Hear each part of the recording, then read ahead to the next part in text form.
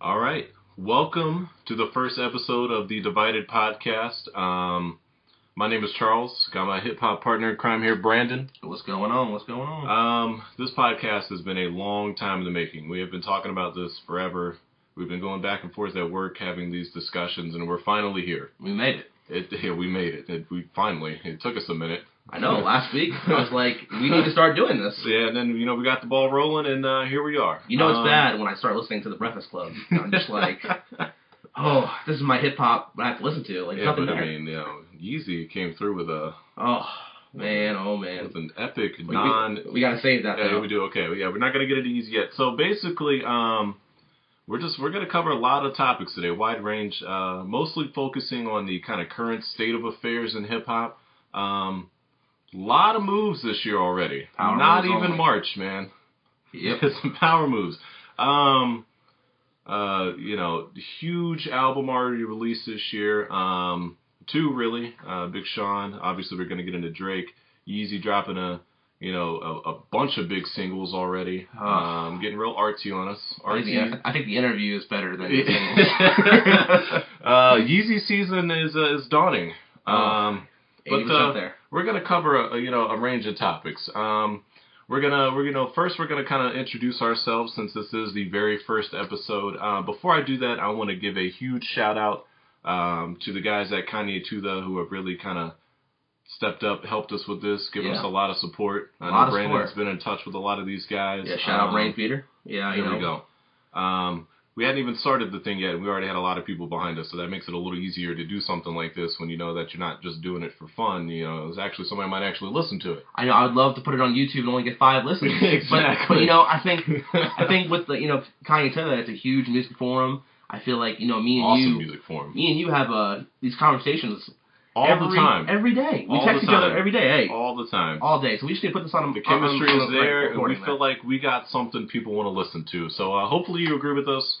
Hopefully you haven't stopped listening by now, thinking those guys are losers. So a little bit of an intro. Obviously, I'm Charles. Huge music head. Hip hop is definitely my favorite genre, and I approach hip hop in a way that's a little different from some. I love getting into the culture and the history of hip hop, and not just the current music.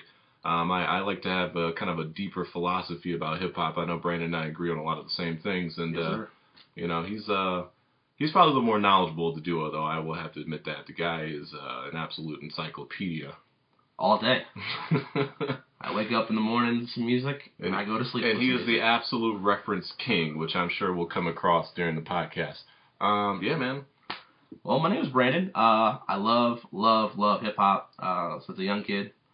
I love the work with it. I love the drama of hip hop. I love the music. I love talking about it. I can't stop it.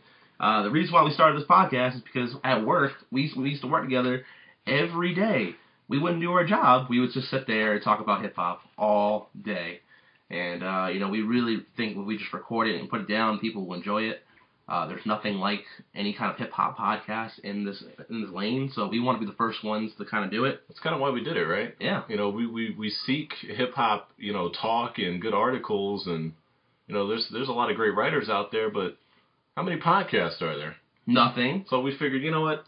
We'll just do it ourselves. We certainly think we have the knowledge and the capability to do it, and we're going to have a lot of fun today. So, you want to dive in?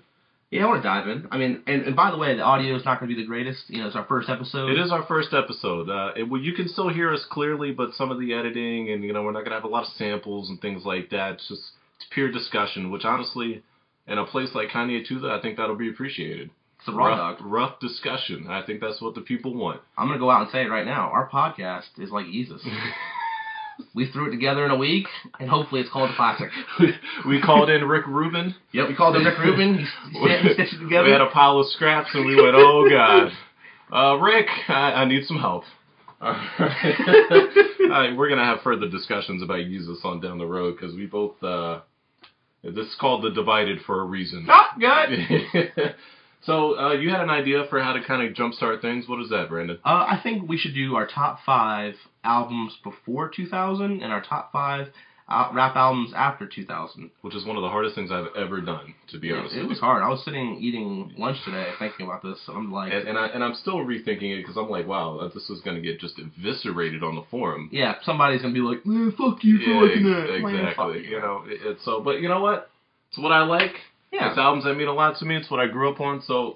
Let's dive in, man. Let me hear yours first. I want to hear your before 2000. All right. So my first we'll do before 2000s first, then we'll do afterwards. Mm-hmm. Before 2000, for me, it's Ready to Die, Notorious B.I.G., Illmatic, Aquemini by Outkast, Reasonable Doubt, and this one, I love it. And I told you this is a top 10 album all time, top 15 in my opinion. Marshall Mathers LP. And it's not because I'm white. Just letting you know that. Classic album. Can I go ahead and just say one thing? Go ahead. Marshall Mathers LP came out in March of 2000. Oh! I hate the renegade at minute 8 of the podcast. I'm sorry. You know what? You're right on that one. Slim Shady LP, though. No, before not on the same level. Yeah, it's not on the same level. I'm sorry. Damn, I gotta think of an album now. Great list, by the way. Very close. Like I'm so happy Marshall. I thought I came out in 99 for some reason. That was Slim Shady. Damn! So angry right now. Okay, before 2000, somebody right now is yelling, "This one, you fucking idiot!" Yeah, seriously. Okay, so, I gotta think here. Let me get back to that, because I have no idea. You want me to do mine? Do yours. Let me brainstorm for that. Reasonable Doubt. I think anybody can agree that's one of the greatest albums ever made. One of the seminal, mafioso rap albums ever. A classic in what is, in my opinion, the greatest era in hip-hop history, which is New York in the 90s. I think the finest rap we've ever seen.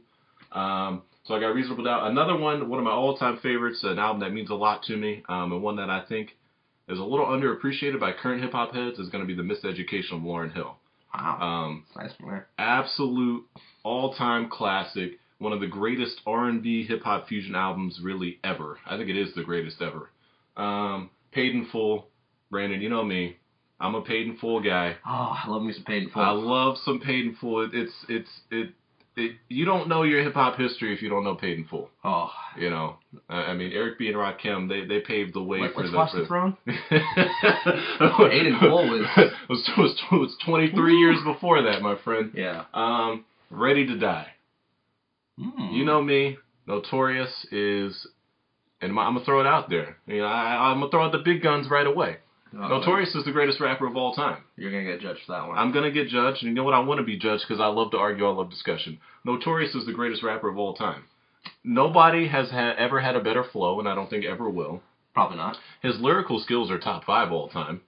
Amazing production. And the production, dude, you got to give Diddy credit, man. Got to give him credit. He threw a little bubble gum in there every now and then, but the production was absolutely A1. And then, of course, no hip-hop album has ever been made or ever will be made that is better than this one or means more to me personally. Get the KY out. I'm an Astro Glad man, Brandon. Come on now. Illmatic. Oh, man. Illmatic. I cannot ever stress enough to anybody. Some people in the forum will probably agree with me, absolutely. Some people will not. Some people probably don't get it. You know they're going to call you, right? I don't know if you ever heard the term. It's a Kanye to the term. You're the dust head. They call it Dusty. I don't mind it, man. Yeah. I don't mind it. Illmatic means a lot to me. I absolutely love that album. So that's my 5 there. Reasonable Doubt, Miseducation of Lauryn Hill, Paid in Full, Ready to Die, and Illmatic. And by the way, I think Illmatic and Ready to Die are the 2 greatest hip-hop albums ever made, and then there's a slight gap between everything else, so... For me, I would probably say that 5th one, probably 36 Chambers. 36 Chambers. And 36 Chambers is a good Brandon, album. you want to know why this was so hard? I got a top 5, and then I got about 20 honorable mentions, okay? 36 Chambers is my first honorable mention. Raekwon, Cuban Links, The Chronic. See, I'm not a big fan. Chronic's great, but it's like, it doesn't connect to me well. I don't know why. I just don't like The Chronic. It's one of the most influential rap albums ever. Did you see that Rick Rubin said that he's never listened to The Chronic full? No way. Yes. I was like, wow, Rick Rubin. Rick Rubin has never listened to The Chronic. The album that spawned G-Funk, one of the most important subgenres in hip-hop history. That's what I'm saying. And Rick Rubin has never listened to it? He said he's never listened to it fully. Oh. He's never listened to the whole thing. Well, Rick Rubin is also a little weird, but, He is a little weird. No. How about the Nation of Millions? I stand up and defend Nation of Millions all day. Yep. That's one of the most influential ever. One of my favorites, Mobb Deep, Juvenile Hell. Nice little... Juvenile Hell, love it. Nice. The Score. I was going to say that. The Score. Between that and 36 Chambers. A lot of Fugees talk recently. I think we might touch on that later in the podcast. Might have to. A little, Funkmaster, a little Fugees. He kind of threw it out there like it was nothing, and it's like, well, you can't throw out a reunion like it's nothing. So. I will not. I'm not even getting into that. We can make a whole podcast on a Fugees reunion. And then a lot of Liquid Swords, obviously Straight Outta Compton. Ice Cube, Death Certificate. America's Most Wanted, too. Yeah, classic. Yeah, absolutely. Classic album. So, that's me. And then Slim Shady LP, I think, still deserves an honorable mention. Yeah, it does, but it's just not on that Spawned level. one of the 5 greatest rappers of all time. Yeah, I'd say so. Mm-hmm. All right, so we'll do this after 2000s. This was the hardest thing to do, by the way. This was super hard. This was harder than before 2000, in my opinion. Obviously, College Dropout. That's on my list. Dropout. My Beautiful Dark Twisted Fantasy. This might just be the whole Kanye discography. Good Kid, Mad City. Of course. Oh, I love that album. That album, I mean, it's gone to that point where that album is loved so much that people are starting to hate it. It's like a trending thing where it's like, I gotta be a hippie on the other side of this and hate the album. That album is almost near perfect. Besides, what's that song, Real? I cannot stand that song. That is the only potential stain. My feelings about Compton. Compton's like the ending credits. Yeah, is Compton really like? Is Compton? But I feel like "Sing About Me" is kind of the end of the album. It's the end of the story, but I feel like that's the end of the story. And then all of a sudden, because Compton comes out of nowhere, and I feel like that Dre just had to get on the album. He just had to get on there. I feel like it's like the rolling credits. Yeah, that's true. The beat's hot. Oh, who's the name of that beat? I cannot remember who it was. Just Blaze. Oh yeah. Oh man, Just Blaze at the end of that song, man. Sometimes is it bad that I skip the whole song just to hear the Just Blaze ending? Not at all. It's the best part of the whole song. Not at all. Just Blaze is a production god. So no. I'm just gonna say I don't want to listen to Dr. Dre read another verse he didn't say. And he's right. Right. Yeah, it's just like the guy's not. The flow, it seems like he's still working on after 25 years. Yeah. Oh man. So hold on. Recap the top 5, or did you finish yet? Dark Twisted Fantasy, Good Kid, Mad City. Now this is gonna be the one where everybody's gonna hate on me, and I don't even care because I love this album. Take Care. I love Take Care in my top. I love that album, and I'm a huge Drake fan. I love Drake. Mm-hmm. I'm weird, okay? Because on Kanye Tether, people don't like this. I'm a Drake fan. I'm a Kendrick fan. And I'm a J. Cole fan. I love all three of them. You know why, Brandon? Because you're a hip-hop fan. I love all three of them. Exactly. On that forum, it's an amazing place, but you see it's like groups. It's like you got the Drake section, you got the Compound. Well, you definitely have Drake heads and, Kendrick heads. It's like, why can't we love them all? I don't see the point of tearing one of them down or tearing each other down. We love the genre and the art form as a whole. We still recognize that out of those 3, there's a ranking. Yes. Absolutely. A ranking. There is definitely a ranking. I think it's definitive who the best rapper is. Yes. I think he's already one of the best technical rappers I think that we've ever seen. King Kendrick. That would be King Kendrick. J. Cole is steady. J. Cole's finding his way. J. Cole, yeah, he is. He dropped an all-time classic mixtape that I love. That I stand up for all the time. Yeah, that's true. The warm-up and Friday Night Lights are 2 absolute classics. Classic mixtapes. Especially Friday Night Lights, though. Yeah, classic mixtapes. I think my favorite J. Cole song ever is on Friday Night Lights. What's that? That's Billmatic. That's a good song. Love that. The sample, and the flow, the cadence over the sample, it's perfect. I love that song. But yeah, and then obviously Drake. I mean, Drake is... I probably put Jake. We're going to talk... Drake has got his own section in this podcast. We're going to talk about him, but... reviewing the mixtape / album, which we don't know what it is, but Coming up later. After the break. But no, Drake is... I think we're both big Drake heads. And the guy is...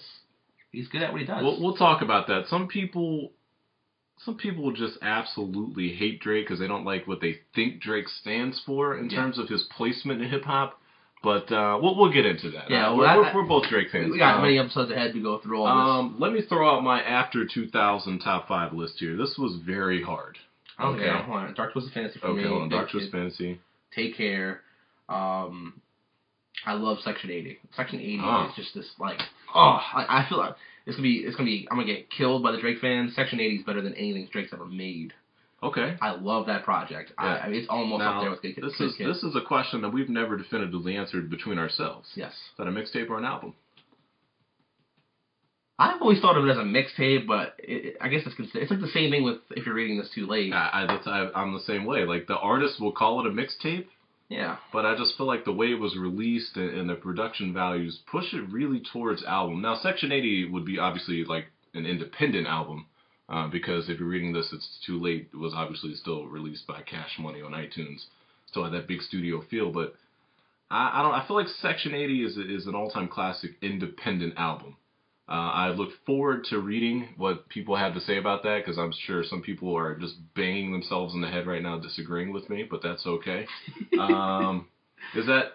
Oh, and then I guess I'll put Marshall Mathers there. I was going to put, like... Marshall Mathers. I punched out the Black Album, or Blueprint. You know what's crazy? Looking at my after 2000, there's only one album that's different. What's that? It's crazy, because before 2000, when I talk about hip-hop history, we have very different philosophies and views. Yeah. But after 2000s, we're very similar. Yeah. Thug Motivation 101. Let's get it. Man. Oh, I forgot all about that. Yeah, Yeezy, it's in my opinion, the greatest trap album of all time. Last time I checked, I was a man of these streets. Oh, man. How many classics are on there, though? I mean, Last of a Dying Breed, My Hood. I mean, just absolute classics. I could talk all day about Thug Motivation. I was raised on that album. That album shaped me as a kid. Now, I don't know if that's good or bad. Jeezy helped raise me. I learned about scales. And selling blow as a white kid. Absolutely. I think that's why I got respected in like middle/high school. When I was like, I'm the only white guy listening. Man back in the day. Right? You have a Snowman shirt?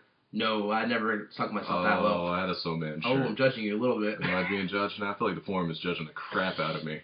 I bet most of them are like, don't even remember that phase. Hey, man, I was like 11 or 12, okay?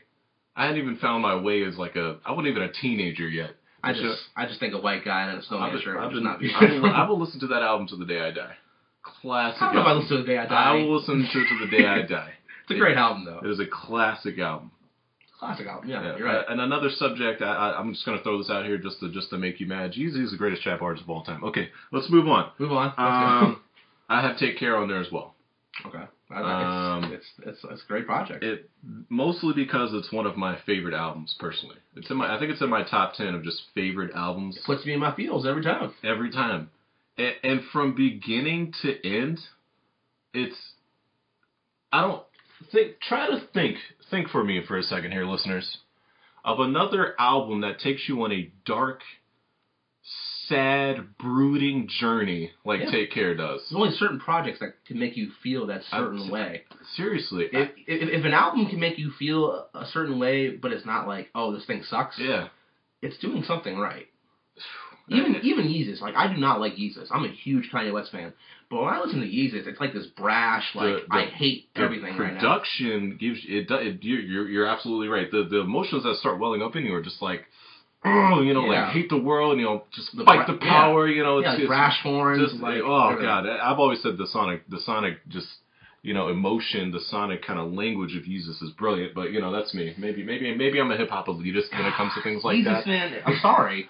I feel like Kanye could fart on a beat and people would love it. See what happens when we talk about Yeezus? We were talking about Take Care and we ended up talking about Yeezus. People are going to hate me because I'm trying to tell you Yeezus is like is a classic album. It's regarded with Dark Twisted Fantasy. I think Sonic, no, it's not. It's not anywhere near Dark Twisted Fantasy. That's a top 10 album of all time in terms of hip-hop, but Yeezus sonically is classic in my opinion. But anyways, Take Care. Okay, yeah. From Over My Dead Body, Shot for Me, Marvin's Room, headlines. Oh, you know me, I love headlines. I don't want to sit here and name all the songs and dissect them because we will do that. Kendrick Lamar's verse that bodied the whole album. Buried Alive interlude. Is that the best verse on the album? We go back and forth on the best verse on the album. It is. It is the best verse on the album. Lord Knows is one of Drake's best songs ever. A lot of Drake's best songs ever are on that album. Shot For Me, Marvin's Room, Lord Knows, The Ride. The Ride is the best song on the album. I mean, I think those are 4 of the top 10 Drake songs.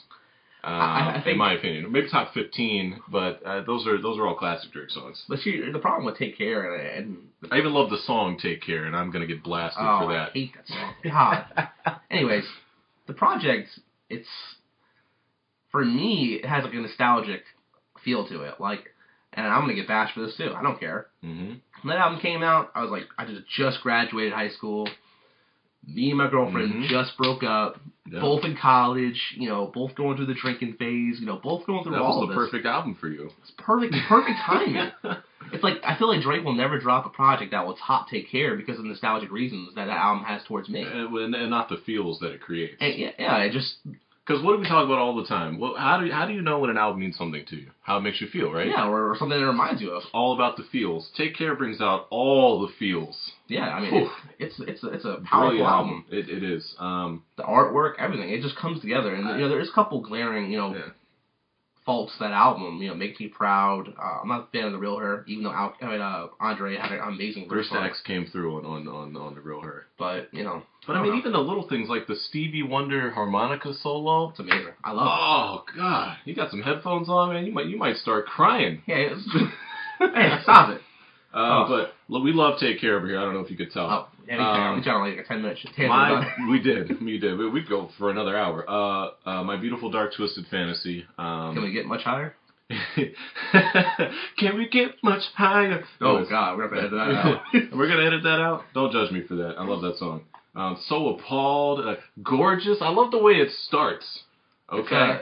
You got the British Nicki thing's a little weird, but then I dreamed about this back in Chicago. Mercy, Mercy Me, that Murcielago. Oh, for goodness sakes! God, one of the greatest openings ever. I'm gonna tell you something, and it was kind of funny because I heard that I was listening to Rosenberg, and he was saying how I'm not a big fan of him or any kind of radio show right now because they're all terrible. They're all trying, they all bring out the worst in hip hop. They all try to be above the genre and try to dictate it. Yeah, I feel like they can't now. And they absolutely can't. There was a time where radio could do that, but now it's to the point. I mean, those New York stations used to be a huge influence, but I mean, with the things like SoundCloud and YouTube, see Jay-Z's trying to buy out. I saw that. Oh man.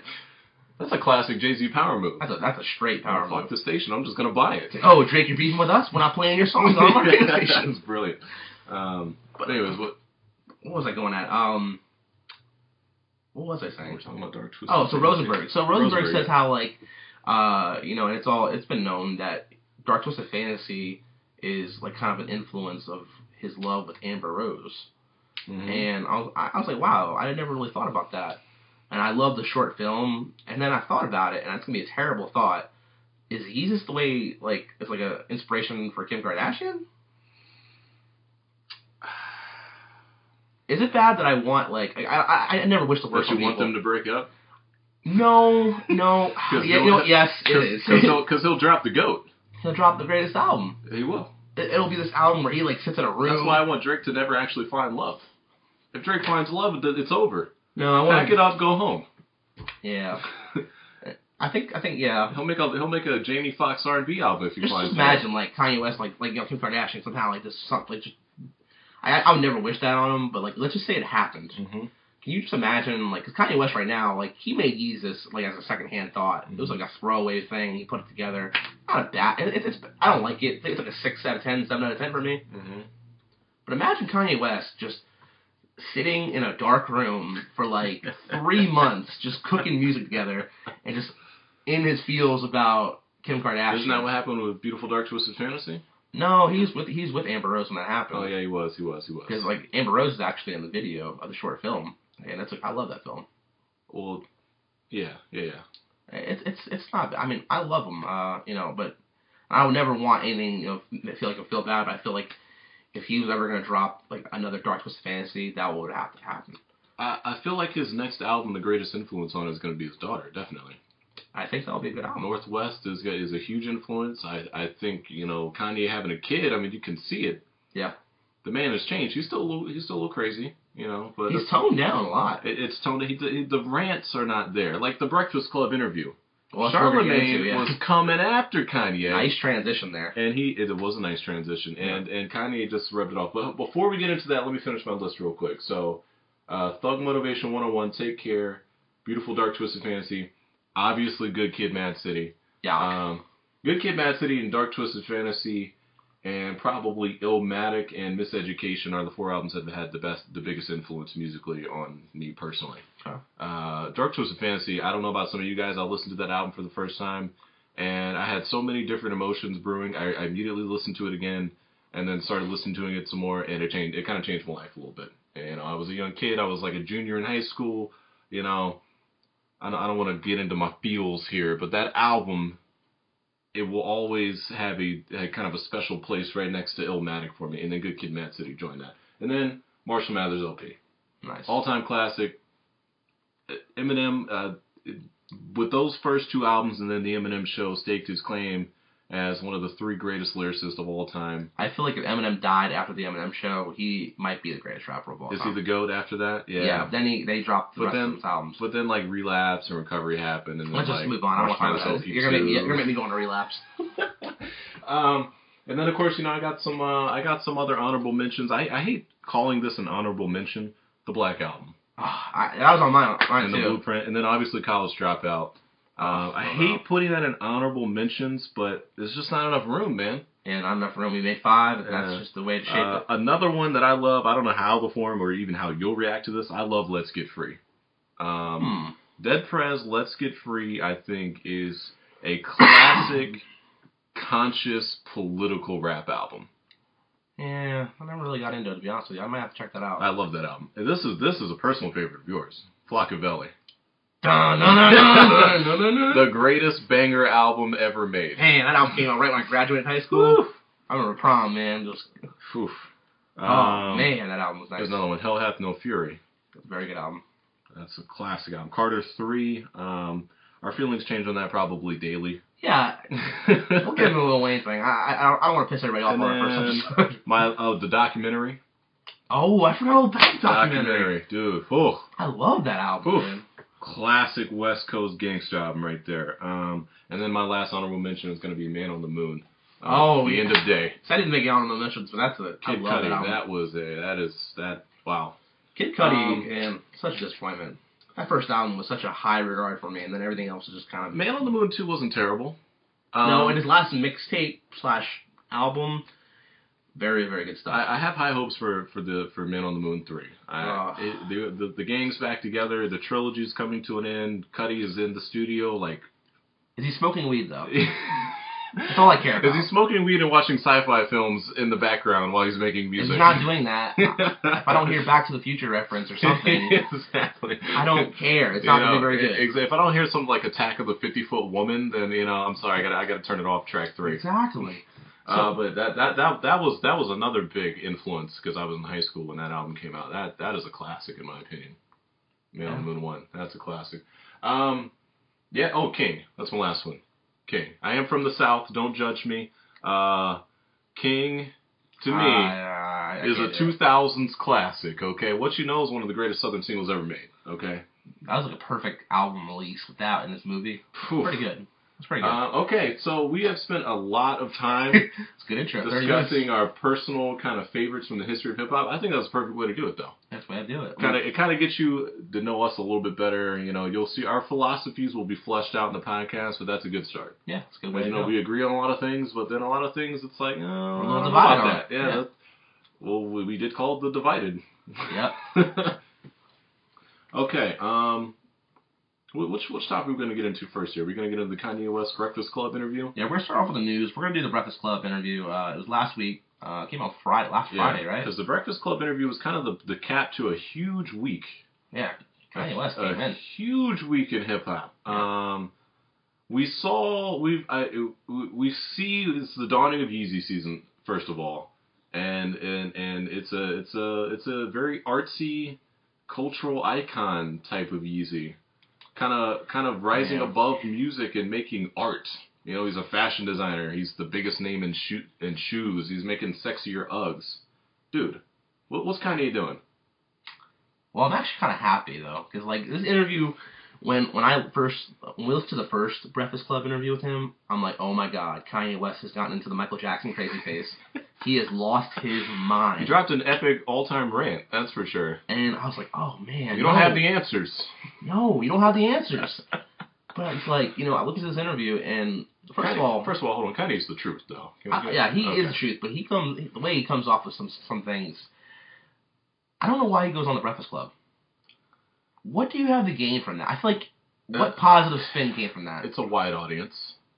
He doesn't need it though. He doesn't. But I think so. He went on why did he go on the Breakfast Club the first time? Is really I think a better question because I think I know why he went on the second time. But why did he go on the first time? Because his PR team needs to be fired. Okay. I think like going on radio when you're at the level of Kanye West, Drake, Jay-Z, any of them, Eminem, you don't need to go on that. No, because you have your platform, your personal platform is just as big as the show. Yeah. It's not bigger. Kanye's personal platform is bigger than the Breakfast Club. Kanye West can literally drop an album right now, and I guarantee you it'll sell at least 500,000, at least. If he drops it right now. Are he and Drake the only guys that can do that right now? No, Kendrick can do it. Kendrick can absolutely do it. I think Kendrick, see, when people think that, like, oh man, Kendrick, oh, he's such an idiot. He can't, he's losing buzz. He hasn't came out no news. I guarantee you, when he says album dropping this date, that thing will sell. I have no problem with that. J. Cole did only give us about 3 weeks to prepare for an album with no singles and sold over 600,000 copies. Yeah, Kendrick will sell well over that. So that's an accomplishment in and of itself. I think Kendrick is going to be pushing 700,000. I think Good Kid, Mad City has translated to mainstream. So where people, it's like that album like everybody knows about. I mean, I talk to people all the time at work. I'm like, I love Good Kid, Mad City, and you'd be surprised how many people are like, me too. I'm like, wow. When it first came out, I think obviously we in the kind of hip hop head community, we realized right away, wow, this is a classic. I remember when it dropped on Kanye, so it leaked, and I remember I was like, oh you my listened goodness. to it one time, and I listened to it. I was a little bit later. I listened to it probably about 2 or 3 days after it leaked. Okay. I wasn't as ahead as some of you guys out there. Some of you are just on top of everything, and I'm not quite on that level like you. But I listened to it, and I told you this before. I took the headphones off, and I kind of let out a breath and went, "Holy shit!" Yeah, I was like, "Wow!" I went, because obviously I think everybody had heard Section 80. Most of us knew about Overly Dedicated. I'm not a huge fan of Overly Dedicated, though. Yeah, but you'd heard it, right? Yes. Yeah, and then some of the stuff before that's a little obscure, like the J-Rock duo mixtape. But from Overly Dedicated to Section 80, people realized this kid was special. Yeah, I mean he's got it. You realize Section 80, you realize the kid was special, and then he drops Good Kid, Mad City. I took the headphones off and I went, "Where?" Yeah, what is this? This is the greatest of a generation right here. This kid has just staked his claim as being an all-time great. Yeah, that was years on his debut album. Yeah. He's the Nas of our generation right now. Yeah, people are gonna get mad about that. People are gonna get mad about that, but he's the Nas of our generation because he is an A++ lyricist.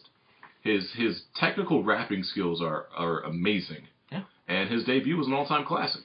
And it's weird because you look at like Kendrick and Drake. And it's two different philosophies. Two very, very different philosophies. Yeah, see, Drake, Drake's like they're both huge.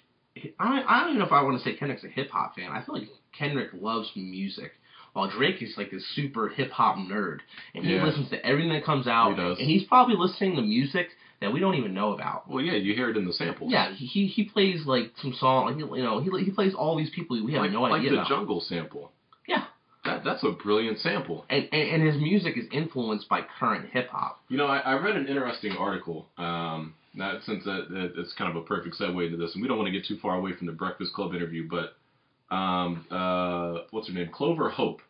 She writes on a blog called The Muse, which is on Jezebel, not a website I normally read. Probably none of you read it. It's kind of more of a feminist website. But they do have a pretty good music blog. It's part of Gawker Media, Deadspin, Gawker. All those guys are pretty good. She wrote about an article called The Evolution of R&B Drake. And Drake has basically said in the past he's a bigger R&B fan and likes making R&B music more than he does hip-hop or rap music. Yeah. And you see that in the fusion. He said, I can write an R&B song off the top of my head in 5 minutes. He said, whenever I sit down to write a rap song, I got to put everything I have into it to make a good one. And I thought, well, I mean, that was a hell of a statement because when you think about Drake,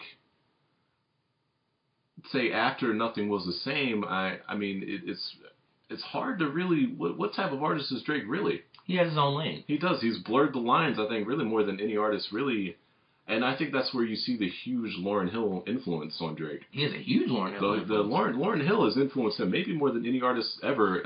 Also with she was the first to do it. She was the first to pay that kind of R&B. Absolutely. She was the first to make it work. Her and the Fugees were the first to make that fusion R&B hip hop work. And she dropped one of the greatest albums of all time. Obviously, we talked about that earlier.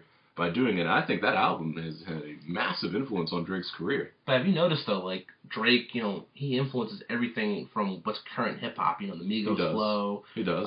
Even a little bit of Young Thug. But he's what I think what he does is he takes some. He's influenced by things that might be a little bit more underground, things that are more kind of blog based that aren't mainstream. It makes it mainstream. He's a rap chameleon. Yeah, he is. He takes your style and he puts a little Drake into it and he makes it amazing. And a lot of times he does it better. Sometimes he does it better. I mean, he obviously there's a huge Weeknd influence. Obviously, Kanye has had a massive influence on Drake's career. Yeah, but what career has Kanye not had an influence on? But then you look at like Kendrick Lamar, and you hear him in the interview. I think it was at the Breakfast Club or somebody.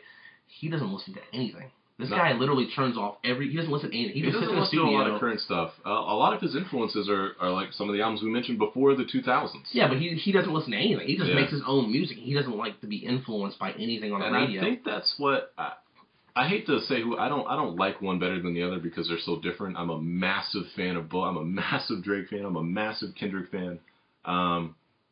They're at the top of what they both do. Yeah. Nobody's doing fusion better than Drake. Nobody's doing two genres like Drake is right now. Yeah. It's amazing. But there's not a better rapper in the world than Kendrick Lamar. I don't think so. I mean, you could probably make a case for like maybe like MF Doom, but like. Yeah, but what's MF Doom doing right now? Nothing really. Yeah. But I mean, Kendrick, man. Kendrick is. I'm waiting for that album. Okay, well, we gotta get back to the interview. We do. Okay. See, we get on these tangents, man. But this is what happens. But you know what? Kanye has had a massive influence on all these guys. Maybe not as much Kendrick, but I mean, Kanye's influence again. But like I was saying, that Breakfast Club interview was the perfect cap to a week. He went to Fashion Week. He dropped the Wolves single. Well, he didn't drop it. He played the song during He played it during his little performance art piece thing that was going on there. It was interesting. I love the song. Artie Kanye, yeah. I love the Chicago kid on the song with Vic. Vic Mensa. Vic Mensa. I don't know how to pronounce her name. Shia. Yeah. She's awesome. Yeah. That was perfect. So, yeah. I mean, I like the single. I love Only One.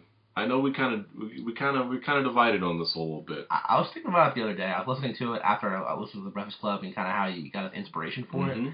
I got a whole new appreciation for it. See, the problem, and I think it's a huge thing, your first impression of something will really outlay what you're going to do. So for me... It's hard to get away from a first impression. When I listened to that song, I'm not going to lie, I think it was New Year's it came out. I remember being at a party, like a New Year's party or something, and it came out, and I played it like in the bathroom or something. I'm like, what the heck? What is this? Ugh. I'm in. It is weird. It's like when Kanye pull out 808s and listen to that again and decide to make another song. I mean, it's a good song. But speaking of the interview, I love how he owns the auto-tune. I mean, Charlamagne comes right out, firing shots, trying to rile up Kanye again, trying to set Kanye off on another rant. And he said, you know what? I need it. Yeah, he owned up to it. He said, and Charlamagne said, why? He said, because it allows me to do things with a voice that I can't normally do. And Charlamagne was like, oh. Yeah, I can't stand Charlamagne, man. No, I can't. I don't think anybody in the forum likes Charlamagne. If you do, you can get out. Yeah. Because he lives to rile up other people and then get attention from that. Yeah, that's all he does. That's all he is. I feel like I have no respect for his opinion because all he does is try to rage emotions out of people. That's why no one goes to the Breakfast Club anymore. Yeah. Like, why would I want to go somewhere where someone's going to piss me off? Because why do I want to deal with that guy? Yeah, I don't want to deal with that guy. Whose sole purpose on the show is to be the heel. Yeah, exactly. He's the heel. That's all he is. And he just tries to, but dude, Kanye, wow. The whole interview. He did. Barely looked at him and just brushed him off. He did flip a little bit with the Amber Rose thing. I'm like, come on, Kanye, you don't have to do this. Yeah, but it's Amber Rose. Is there a touchier subject with Kanye? That's the point, though. You're feeding more into it. Yeah, you are. I mean, besides that, he was pretty well through the interview. I mean, he went through. I mean, he made some comments, and I was like, wow, like little sentences, like little statements that I just like, Whoa, back it up. Can we talk more about that? And I feel like the Breakfast Club did not go further into some of these comments. They're not very good interviewers. They're not. So I feel like I could do a better job, and I've never done it. It's like they're just having a conversation with the guy. They don't do what an interviewer should do, which is listen for things like that and then delve into it. Exactly. So like when we're talking about Amber Rose, and he said, look, if Kim would have dated me when I wanted to date her, there would have been no Amber Rose. Wow. I mean, that's a shot. That is that's a shot, John. Like, I'm like, Kanye, come on, relax. You had a pity party for like a year about it. Yeah. Like, you gotta relax, man. Yeah, but you gotta ask a different follow-up question. Yeah, not just laugh at it and just be like, whatever. Yeah, don't start laughing. Like, they should have said something like, first of all, take a step back and said, wow, and then go, well, what does that say about your current relationship with Amber Rose and how you feel about that relationship? Exactly. And what influence it may have had on the music. They didn't ask any of those questions. It made me mad because, like, and then another one was, he had a dinner with Taylor Swift, and they should have talked about that. Which is amazing, by the way. Yeah, which is amazing. And then Taylor Swift goes on to say, when I was the victim, I won all the awards. When I was the underdog, I won all the awards. And that really shows, because when we're working together and we're talking to people, everybody hates Kanye West because of that interview. Because of the incident with Taylor Swift. Because Taylor Swift is the innocent girl, and Kanye's a big bad man and went up on stage. And guess what? That was the greatest thing that ever happened to her. It was the greatest thing that ever happened to Taylor Swift. She became a huge success, and media, especially white media, everybody just jumped on that bandwagon. Because what does America love more than a sweetheart? Exactly. A down home, innocent sweetheart, which, I mean, come on, Taylor Swift, really. I mean, I'm 22, I'm a white guy, I can admit, the media jumped on that. And then she says, now that I'm at the top and I am the highest selling music artist, I don't win any awards. Mm-hmm. Which just shows you how terrible the Grammys are. Because she's not the underdog sweetheart. Oh, God, the Grammys. Let's pump the brakes on that. That is the most disrespectful award So when he says, hey, I had dinner with, Taylor Swift, I would have dove into that. Be like, well, do you feel like the Grammys placate to other things? I mean, and then he went into how, what's that guy who won? Beck, he won the album of the year. And I thought it was fun. I mean, at least he man up and said he didn't listen to the album.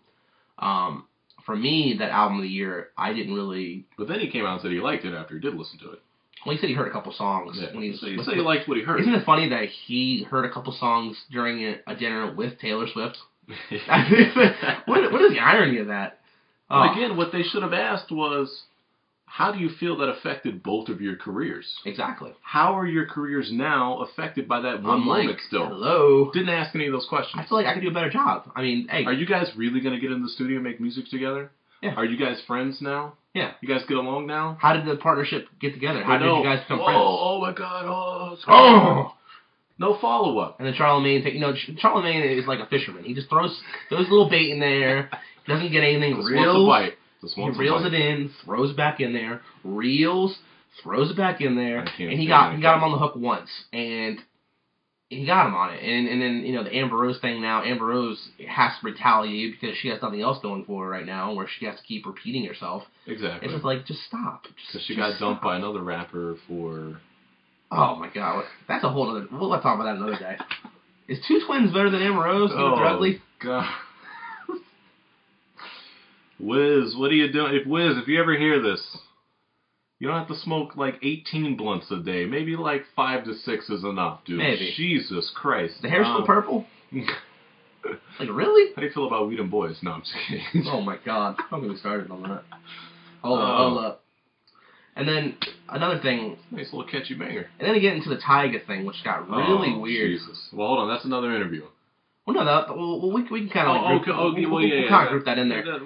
The Tyga thing, for some reason, it was weird because the whole video got edited. So it must have been Kanye must have said something. I heard that the edited part is out somewhere, but I haven't seen it. I'm too lazy to look. There is an obvious dump in audio. Oh yeah, there's definitely right in the middle of that interview. So he probably said something that he shouldn't have said, and then he's like, "I'm not doing it. You're not gonna be allowed to put this out unless you cut that out." Yeah. And But then he was talking about how, it was like, I don't want to say that anymore. I just want to be respectful. Because he was starting to go that way. And you see Charlemagne's eyes just go, oh, yes! Charlemagne's, you think, oh, I got him. And then Weezy said, oh, you know what? Hold on. I'm not going to talk about this anymore. I want to be respectful. And I was like, whoa.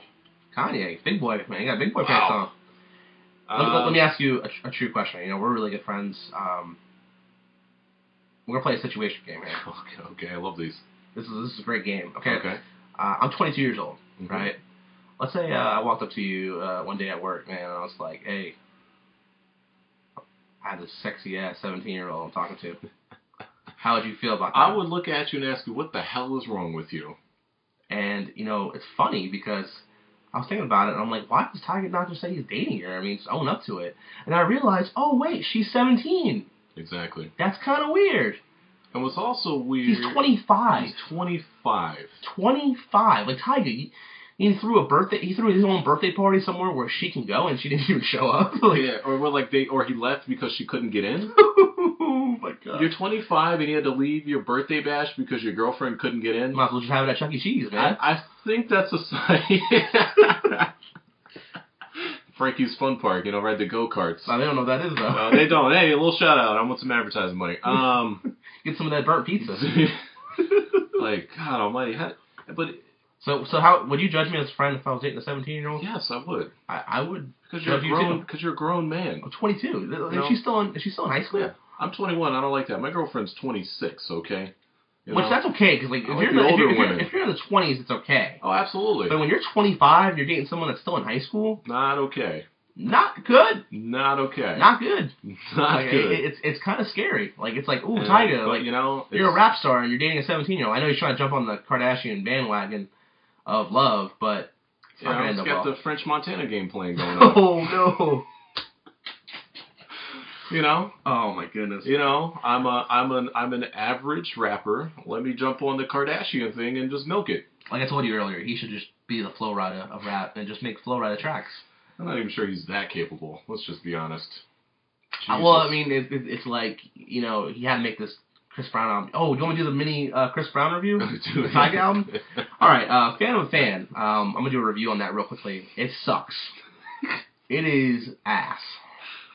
This album is trash. Period. It's trash. That's the end of my article. It is a Dirk Nowitzki fadeaway jump shot into the recycling bin. Got the little leg kick just to... Yeah, little finger kick. It is a Russell Westbrook alley-oop all-star game into the recycling bin. It is terrible. It is not very good. I loved Ayo. It was a nice little summer song. Ayo was an anthem. It's a little anthem for the summer. I love that song. But it's not summertime yet. It's not. It's a weird time to drop a song like that. I'm like that. I'm like, hey, drop that song in summer. If it's about 90 degrees outside, I'm banging to that day and night. But no, it's like I walk outside and it's snowing yesterday and Ayo doesn't quite gel. It doesn't do well. It's like, hey, I'm going back inside. Yeah. And then, Which is better, that album or Kid Ink's album? What's a Kid Ink? He dropped an album? I remember him dropping an album like a year ago. I don't know what Kid Ink is. Does he do like rap music? I feel bad for Tiger because he's really frustrated right now. Well, his album is probably trash, and Birdman and Slim know it, and there's no way in hell they're going to release it. You want to do like a role play? You're Tiger, and I'll be Birdman. All right. Yo, man, the album's been done for like 6 weeks, man. Look here, Playboy. This project sucks. Get back to the studio. Come on, man. I put a lot of work into this, man. I feel like my lyrical game is on point. My flow is better. I've been working, man. I feel you, Playboy, but we're looking at the projections, and you're gonna sell what you sell in your first week, what Drake sells in his 5th week. Okay, Playboy. Oh god. By the way, has anybody ever seen Slim? I have not. What does Slim look like? Yeah, that's a good question. Does Slim exist? I ain't Googling him. You always hear about Slim. We all know Birdman. Birdman's all over the place. Playboy? Where the hell is Slim? I don't know. It's like he's the Suge Knight of Cash Money, but you don't see him. I'll say something. And it's just like the Lil Wayne album. Like, I feel like, there's a lot of Lil Wayne fans on the Kanye Twitter forum. But the problem is, it's probably because the project sucks. I hate to be like that. Like, I want the Carter 5 to be amazing. But come on, make a business decision. It'll still sell. There's a massive Lil Wayne fan base. Is there? Okay, yes. We're going to play a game. You're a hip-hop head. Absolutely. You're a hip-hop head. What was the last single on the Carter 5? You can't remember, can you? What was the last single on the Carter 5? It was that song with Master P. That's why I don't remember it. Exactly. I think I listened to it twice. I mean, he's dropped like 5 singles. He dropped Grindin', which I love that song. The Drake verse on Grindin' is, whew. I like the hook, you know, a nice little Wayne hook. I love that song. Believe Me, which I love that swear song. that's a Drake song, though. Is that actually a Lil Wayne song? We incorporated that as a Drake featuring Drake. I think that's more Drake. That is a classic Drake featuring Drake. That's a Drake featuring Drake there. Oh, man. He had the best verse on it and the second best verse. Drake's best Lucy of all time, by the way. Lucy, huh? Yeah. I don't mean to Dreams Money Could Buy for me. Oh, shit, damn. That or Club Paradise. Those are my two. I'm a huge 5 a.m. in Toronto fan. Oh, you know, we can't do this right now. We gotta wait for the Drake. Sorry. We'll wait for the Drake. Okay, so back to the we gotta stop getting on these tangents. This is what happens. I feel like this is a normal day in the office. Hopefully it plays, because this is what we do. We try to stay on topic, and then 2 seconds later we're like, wait, what happened? Yeah. So and then how do you feel about Wolves? I like Wolves. I think it's probably one of my favorite Kanye songs I've heard in a while. I think Wolves is an ode back to the days of Dark Twisted Fantasy. It is. I want him to rap more, and I know it's been a huge thing. It's like this whole singing thing. Like it's part of Kanye West. It's a part of his style now. Kanye hasn't really been a rapper since Late Registration. Oh, Dark Twisted Fantasy. He goes in on verses. Yeah, he does. But I mean, the sonic quality of a classic hip hop album like Dropout and Registration, that didn't ever happen again after Graduation. I feel like Dark Twisted Fantasy, he had a lot of good verses on it. That's why that project's so good. Yeah. Gorgeous, Dark Fantasy, Devil in a New Dress. Yeah, but who had the best verses on that album? That's not the argument. That's not the argument. You're right. But I mean, he didn't have the best first, second, or third verse on that album. No. Anyway, well, that's another discussion. But hold on, what was I talking about? You're talking about Wolves and how it's it is an ode back to the time of Dark Twisted Fantasy when I think Kanye was that might have been his best musical period. Kanye has had a lot of musical periods. I'm gonna get slaughtered for this. That's okay. A pure hip hop heads will never ever put Dropout anything but probably number one. No, Dark Twisted Fantasy is better than Dark Twisted. I don't know. You got a lot of pure hip hop heads who. No, I guarantee you on that forum, if we made that the question. Okay. Well, let's ask it right now. Okay. Yeah, you can post it in the forum. We're gonna have it in there. Now. I don't know.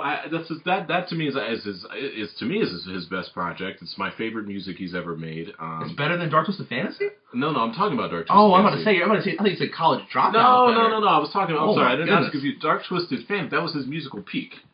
Yeah. And then Yeezus, which we both have strong feelings about. 7 out of 10.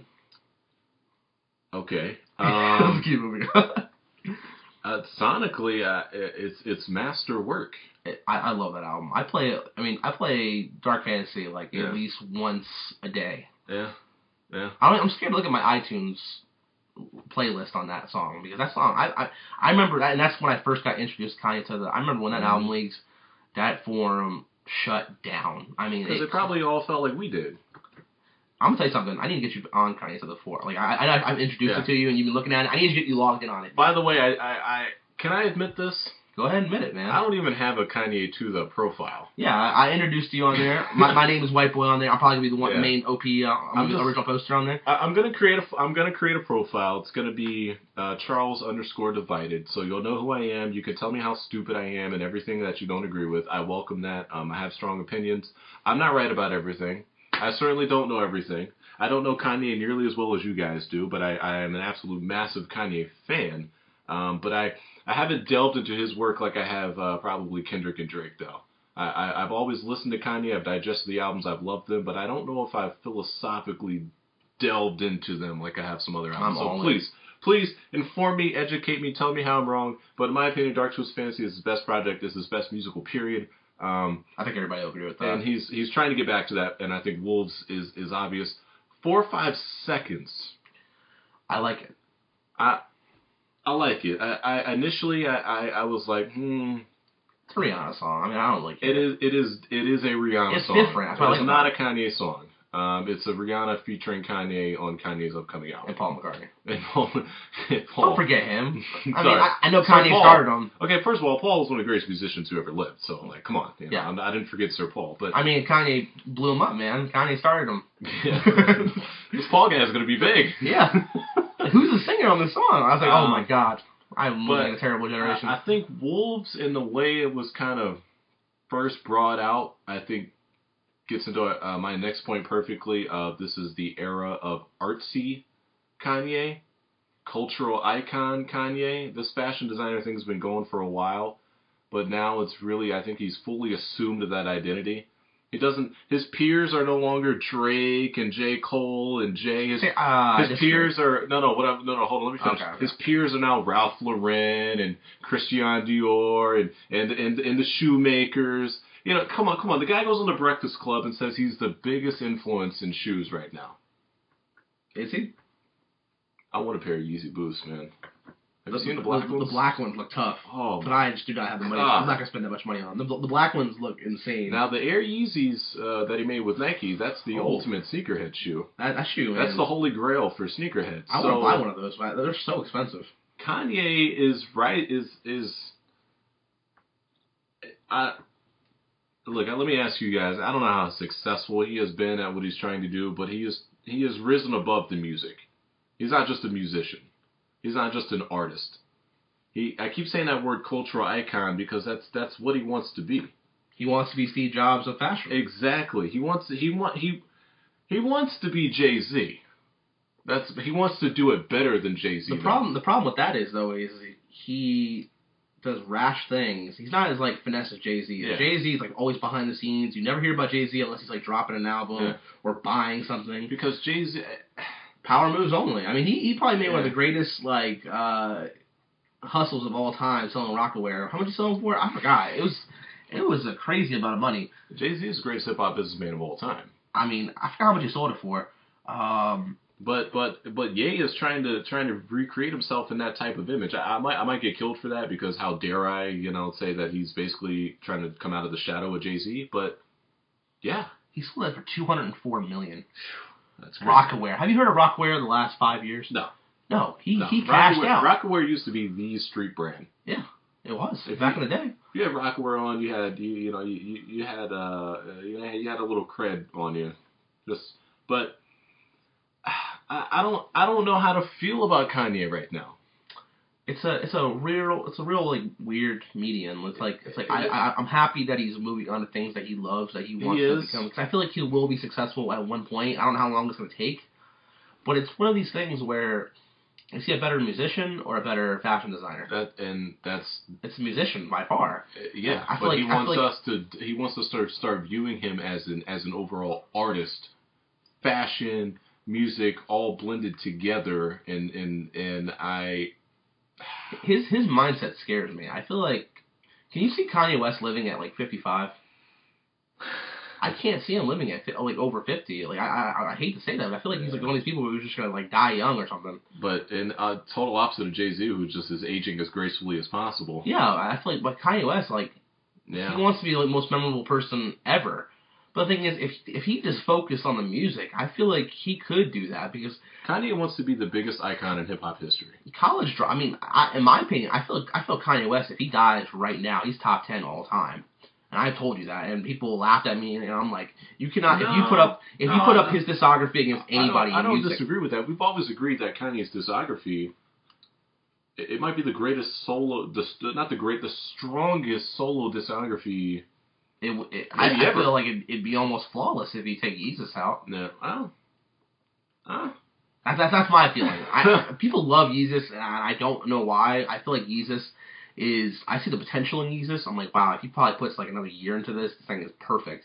But it was just so brash, and it really killed me. I bought the album. I will agree. I did buy the album. I will agree with you. I think we always agreed that the problem with Yeezus, and you can see it because it was put together at the last minute, it's very inconsistent. Very. I mean, there's some classics on there, like New Slaves, Black Skinhead, but then Bound 2 is actually what I was trying to think of. And then you got some other songs where I got a Jamaican guy ranting for 5 minutes. But the hook's amazing though. Yeah, I'm in it. Yeah, no. I don't know. I love the hook. Very inconsistent album. Yeah, I mean, I don't know. I think sonically though it's still great production, but it's obviously was put together at the last minute, and that's where it ultimately doesn't reach. I'm really weird about stuff. Like I feel like albums, like when I listen to music, I have like these weird thoughts where it's like, oh, he didn't record this. He like I listened to Amen, and I think they even said he recorded that in like Jamaica or somewhere, or Yeah. Where, like, Dark Twisted Fantasy, I think it was made in Hawaii. Yeah, it was recorded in Hawaii. Which, I feel like... Those are famous studio sessions, too, because... I feel like you should just make an album one place all the time. Like, I feel like one album should just be made in one place. Because, like, little things... I can tell, like, for instance, like, on Drake's new mixtape on Used To, when you listen to... the song Used To. When you listen to that song, when you listen to the second verse, you can tell that verse was definitely made somewhere else, and that verse was made at a different time. Yeah, absolutely. And it bothers me. Like, those little things bother me. Yeah. It gets on my nerves, actually. I think that's the perfect point. And I feel like Yeezus is like a brash of, like, he recorded all those songs in different areas, and they all have this, like, really, really terrible tone to them. Like, there's, like, I love Black Skinhead. That's, like, top 30 Kanye song. Well, that's why it's inconsistent. Yeah, I just feel like it's not put together well. But and that's just part of why Dark Twisted Fantasy is so brilliant. It's one of the most polished productions ever. Yeah. But I kind of like the brash quality of Yeezus, actually. I don't know. I'm not alone in that. I think people love that album, and I don't know why. I love it probably for different reasons than them. Like you said, the emotions that you feel listening to it. I love that. It's just a big fu. Here I am. It's Kanye. It's crazy Kanye. Yeah. It's crazy brash Kanye going all over the world making music, throwing it together, calling up Rick Rubin at the end, and just putting this thing out. And it's like it's like you go to a buffet and just throw it all on a plate and mix it together, and then calling Rick Rubin and try to sort the food out again. But I think in a weird way, it kind of works. I don't know. We disagree on that. It's like our biggest disagreement ever. Like, we agree on a lot of things, but that's like our huge... And maybe I'm looking at Yeezus the wrong way. I'd love to hear feedback about that. Since the day I listened to Yeezus, I've had weird, differing opinions on it. I've always had a fluid opinion on it, but I think it kind of works. Because it's just so brash, because it matches what Kanye was in that time. Yeah. Kanye himself was all over the place. He was like, it's like that Breakfast Club interview, the first one. Exactly. It is, but that was Kanye was not consistent. That's why that interview was when I was like, oh, Kanye. I really just... Yeah, we kind of thought that Kanye had just completely fallen off. I thought he went Michael Jackson phase on me. He's gone crazy. Yep. And we'll never see normal Kanye again. Yep. Then he got married and had a baby.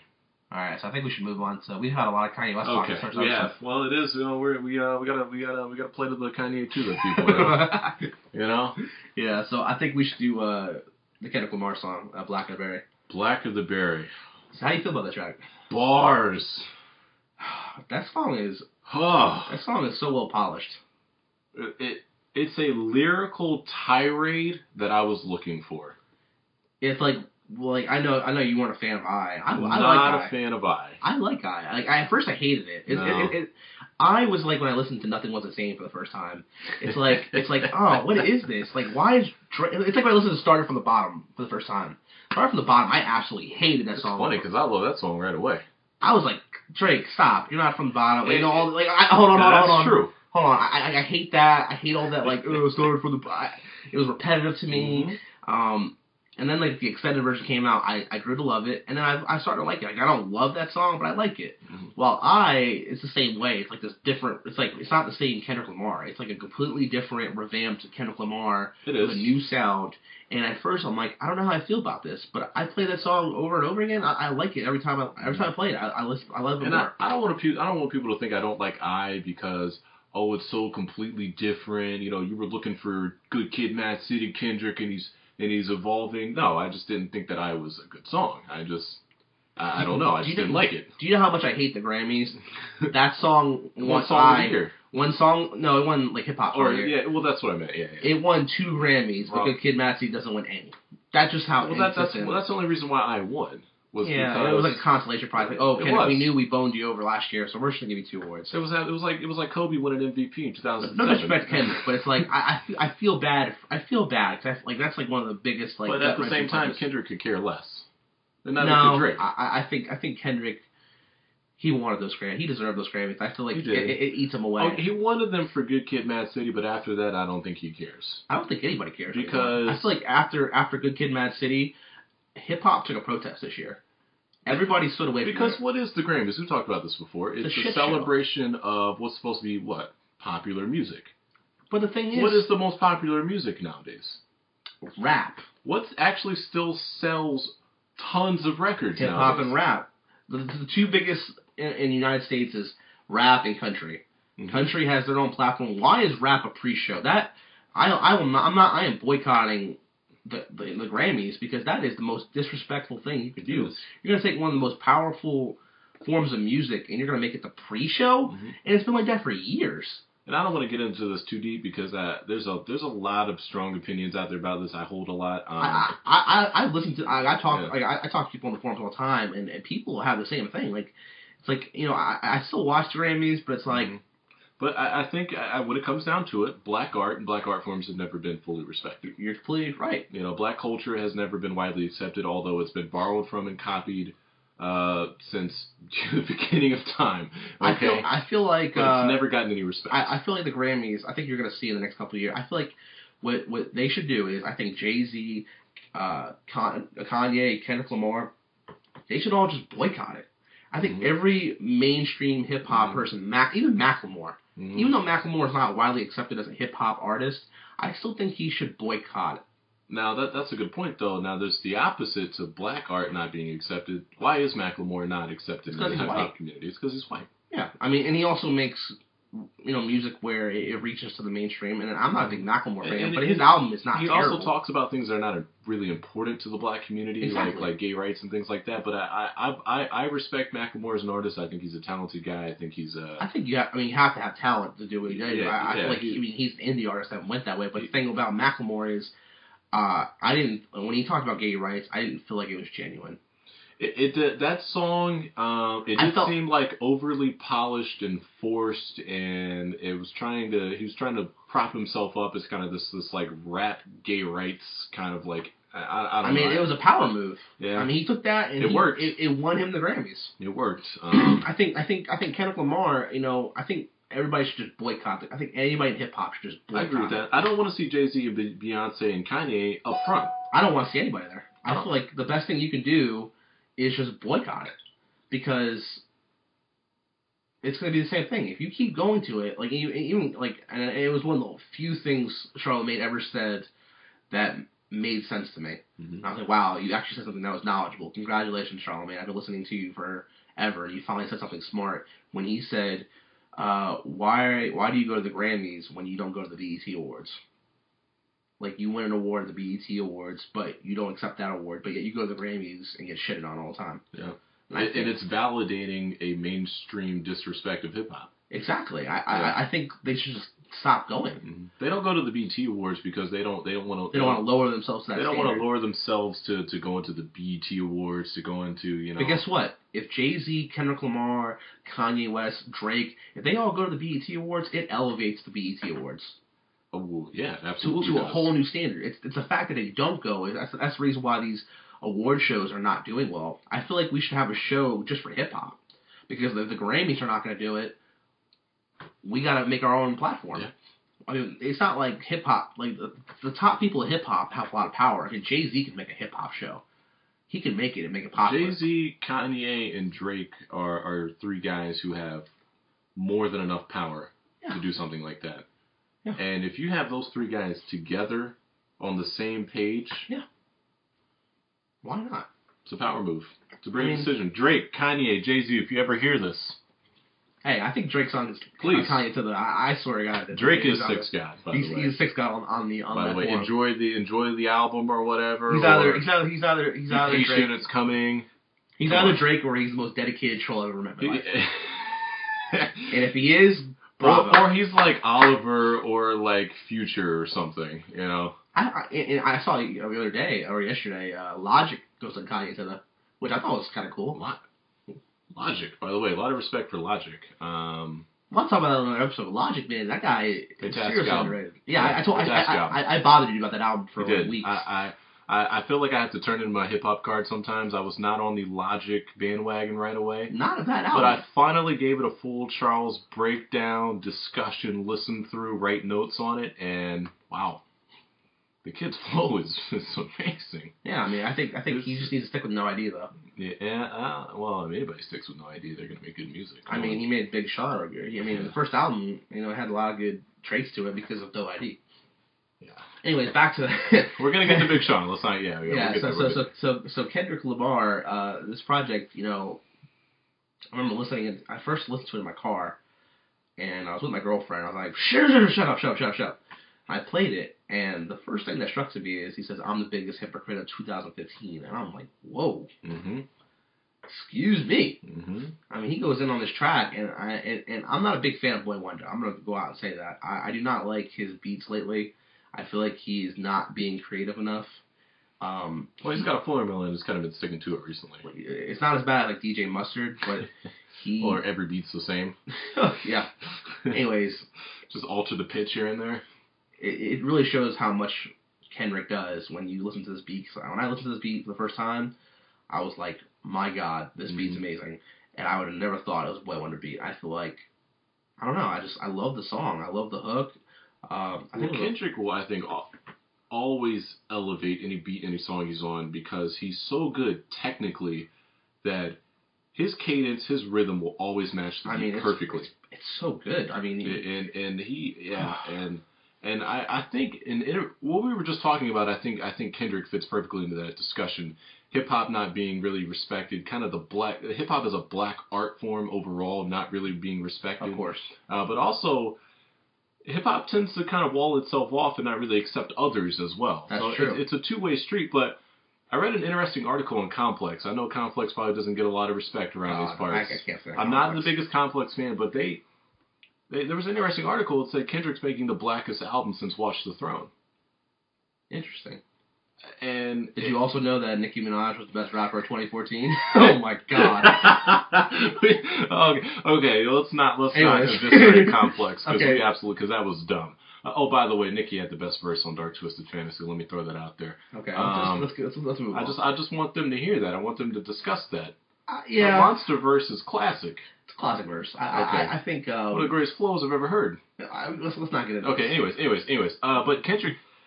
He's making the blackest album since Watch the Throne, and I think he is attempting himself to take the center, the core mass of hip hop and shift it black, shift it back to the black community. Like super, like I don't know. Kendrick is really the only one that can do that right now. I feel like I'm gonna call it right now. That album is gonna be like this super. It's gonna be really polished, really well done, but it's gonna be like super raw. It's because it's going to be dark. It's going to be dark. And it's going to be a tirade. I guarantee people are not going to like it at first. I think I'm not going to like it at first. No. It's probably not going to be quite a concept album like Good Kid, Mad City was. I think it will. You think it'll be a concept album like that? You wonder why? Because if you listen to I, at the end of I mean, you hear that car going by and making those noises, and I feel like that has to do something with the It might not be like a Good Kid, Mad City, but there will be a theme. That makes sense, because what was Good Kid, Mad City? It was a short film. It was a short story by Kendrick Lamar, right? Yeah. And it was basically... Section 80 had a story, too. Yeah, exactly. Those are both concept pieces that are done brilliantly. Yeah. So, actually, I guess this is a concept piece about the current state of hip-hop. And I think it'll be a lot of things. Kendrick's current place, and I don't know. I hope... Because Kendrick's made a lot of news recently that has not been music-based.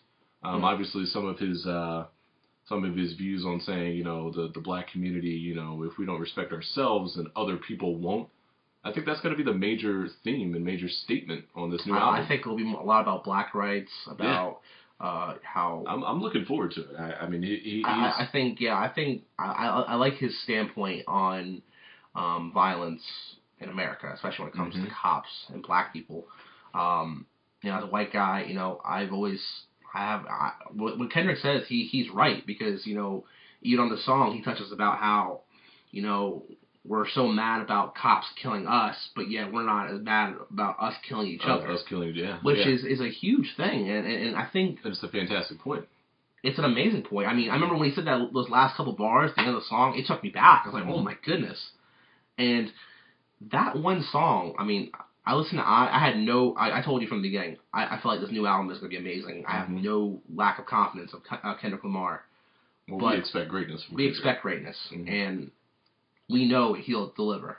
Yeah. It might not be the delivery that we want, but he will deliver. I think Kendrick's a rare breed in that he may not give us, like you said, the album that we want, but what he gives us, when we digest it, we'll realize it's brilliant. Yeah. I have no fear of his album being great. And Blacker the Berry, my love of Kendrick kept me strong after because I really did not like that song. But as soon as I heard Blacker the Berry, I was, Drake hands to the heavens. Oh my goodness. Yeah, the flames in the background. The Kendrick that I've been wanting is coming. Yeah, but I feel like, and also the cover of that project, of that song, it's dark. I mean, it's dark. And I wonder, I saw it on Kanye today. I don't know who made the thread, and he came up with the idea of what if this album was not a one single album cover, but multiple different covers, which I thought was an amazing idea. Like, it's just like a different cover. Like, I thought that would be awesome for Good Kid, Mad City. Like, Good Kid, Mad City is probably my favorite cover of all time. I love that cover. The minivan and the deluxe version. I love the minivan. It's beautiful. The baby cover is a classic baby cover. The eyes crossed out. With the black bars. Man. I love that. But just the van rolling down the street. The pictures all crunched up in the 90s. And the van plays such a big role in the story. Yeah. I love it. I thought it was brilliant. It's brilliant. And I think, Kendrick, he'll deliver. And people are getting so upset about how he's not telling anything. And he's not giving us any news. He's not dropping another single or anything. But I have full confidence he's just going to drop it. It can come today. It can come tomorrow. It can come next week. We have no idea. We know it's coming soon. We know. I think it's done. I think he's waiting for the right time to drop it. I think we're going to see it in the next couple weeks. And I think it's going to be a big project. And he's going to sell a lot of copies. He has a huge following now because of Good Kid, Mad City. He's going to sell a lot of copies, and I think he's going to open up a lot of minds to. I saw Kendrick Lamar when he came down here to South Carolina, and it's amazing. You can really tell what an artist is by the audience around him. Mm-hmm. And I mean, you think at a Kendrick Lamar concert it would just be dominated by blacks, but it was like 50-50. I mean, it's amazing. I mean, you got people singing white people singing Mad City, Preps singing Mad City. Well, you got Taylor Swift releasing Instagram videos to backseat freestyle. Exactly. It's like Kendrick's a phenomenon. And I mean, and then if we go back to the Grammys, man, like, he could have tiraded like Kanye and flipped out.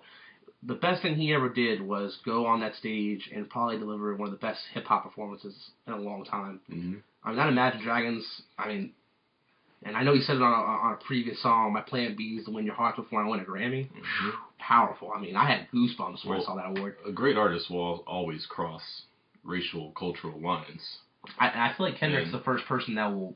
I think he has the power, and he has the backing of mainstream, that his next album, regardless of what it is, it's going to be widely accepted as an amazing album. And I feel like he's going to clean house with the Grammys. It's amazing... thinking about the discussion, just how different Kendrick and Drake are. Yeah, it really is. Drake is probably the biggest hip hop artist in the world. I don't think anybody will doubt that. No problem. Everybody listens to his music, but I wouldn't say in the world. I'd probably say Kanye West is still bigger in the world. I think Kanye West and Eminem are still bigger because they have the discography. That's true. I feel like in the United States and Canada. I would say in the U.S. Okay. Yeah. I mean, I think Drake. I'm not looking to him to be the savior of hip hop. I feel like Kendrick is like Nas in a way where he is gonna. They're staking very different areas in hip hop, and it's okay to have both of them on top. Yeah. I don't see why we should have one king, like J. Cole said. I don't think we should have a place where like who's better, Nas or Jay-Z. I feel like they both play to different styles. I mean, Drake's the guy who. Yeah, I don't want to see anything like that. I don't want to see a Drake Kendrick war. I don't want to see these lyrical wars anymore. I mean, I like when they take a couple jabs at each other. It's cool. But I feel like when these artists have a mutual respect for each other, maybe even make music together, the hip hop community will benefit much better from that than having, oh my God, Drake just released a response to Control or something. Yeah, and Drake and Kendrick. I mean, Drake plays to he has his own lane with R&B and hip hop and like that fusion, and Kendrick is like this raw dog mainstream not mainstream, but like underground hip hop where it's pure rap. I mean, it's pure rap. It's purest form. It's like the closest thing to the '90s we have. Yeah. Kendrick is a throwback to pure rap artistry. Exactly. While Drake is like the new school. And Drake is very much kind of the new age of hip hop, where it's influenced by all kinds of art forms, and it's more of a fusion. And I think they both do it brilliantly. Yeah. I think we both agree that they both do it brilliantly. And I don't know if there's another person right now that could do what both of them are doing better than them. And they're both hip hop nerds. And that's the thing. I mean, of course, Drake will let you know about it. Drake, man, the guy is smart when he comes to releases. And when it comes to anything, I mean, he does everything perfect almost. Drake, he's been slipping up lately when it comes to like public things, which I'm like, come on, Drake, like you're better than that. Like I have a higher expectation of what Drake is. Like Drake, the guy. Like I love my favorite Drake moment was like Thank Me Later was the biggest disappointment ever. I was so looking forward to that album, and then I remember but right between Thank Me Later and Take Care, where it was like this dead zone. I mean, he didn't drop nothing for like a year and a half. And then it wasn't a year and a half. It was like a year. Well, then the Take Care, the care package came. Oh, my goodness. He dropped Club Paradise. Completely different direction, and it was like, whoa. And I love when he just disappears for a year and a half, and then he comes back. And he dropped, Club Paradise, Dreams Money Could Buy, Marvin's Room. He dropped all these Lucy's. I'm trying to think of another song. He did a remix to, I can't remember the name of it. He has all these songs where, it started, he was like a little cryptic. He dropped these songs, and I remember the build to Take Care. I was on Kanye to the, and I only went on that website. I was kind of like a creeper, and I was kind of watching from a distance. Take Care was the greatest moment for Kanye to the, in my opinion, because it was the funniest moment ever. I'll tell you about it. Like 3 weeks before the album came out, this girl decided to post a picture on Twitter with the album. Yeah, I've seen that. And that was referenced a lot in the mixtape anticipation thread. Yeah, she had the album out, and I mean, these guys ruined her life, and it was the funniest thing ever. I mean, they bothered her to the point where she deleted her Facebook, her Twitter, all this stuff. I mean, just get this album, and I'm like, oh my god, this is hilarious. And it was one of the funniest moments. And I remember that moment so well. It's one of those things where I'm like, I got hooked on Kanye and something because I'm like, these guys are crazy, but I love it.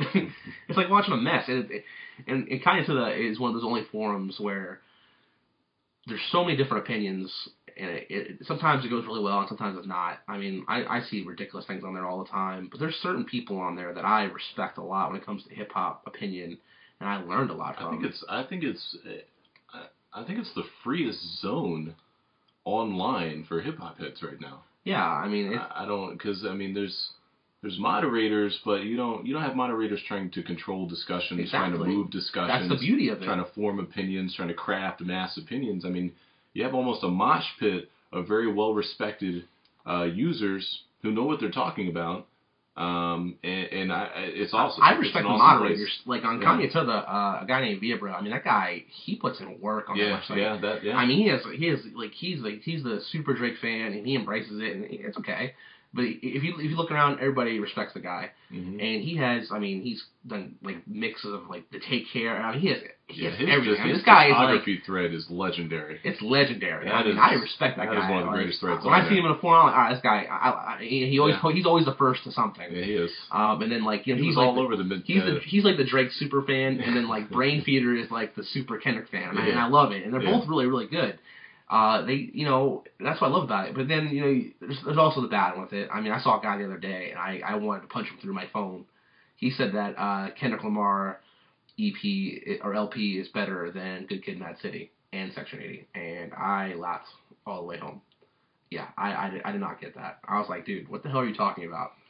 Definitely not his best project. No. Yeah, I don't know. Anyways, going back to Kendrick Lamar. I'm not worried about it. I mean, it's a track I expected, and it seems like every time he drops one of these tracks, my bar gets raised. And the hype is so in me right now. I'm just ready for that kind of, because I know it's coming. Because what other hip hop albums we have looking? We have Kanye West coming out sometime, probably during the summer. What else? Well, I think we're still expecting Views from the Six later this year in the fall sometime. Yeah. Maybe. After listening to the mixtape, I don't think I want anything from him this year. I don't know. You remember that Drake tweet, man? It's going to be a problem for these boys this year. Views from the Six is still coming. I think so. And then you have Frank Ocean. Oof. Oh man. Yeah, that's one that's not getting a lot of talk. That is wow. It's because he's doing the same thing as Kendrick Lamar. They're both in the awesome. studio. Yeah, and he's dropped like 2 songs. Because Channel Orange was that way, and Channel Orange is a classic. Oh, it's a top 5 album in the last 10 years. I think Frank Ocean is another artist that when you know something is coming, you have high expectations and very little doubt that they're going to be met. Nostalgic Ultra. He drops classics every time. He's probably the best artist from what's the name of the group? Odd Future. Odd Future. He's the best artist. Definitely. Earl Sweatshirt though. His album. Nice mixtape. Classic mixtape. Well, he dropped the album. What's the album called? I don't remember the name of the album. It was okay. A couple songs I play off there every now and then, but he's not on the level of Frank Ocean. No. Who also got snubbed at the Grammys. No. Which I thought he got. That was ridiculous. Like, he didn't win anything. Yeah. He won. I don't know. But I think we both agree it's going to be a monumental year in hip hop. It's already been. Has 2015 already been better than 2014?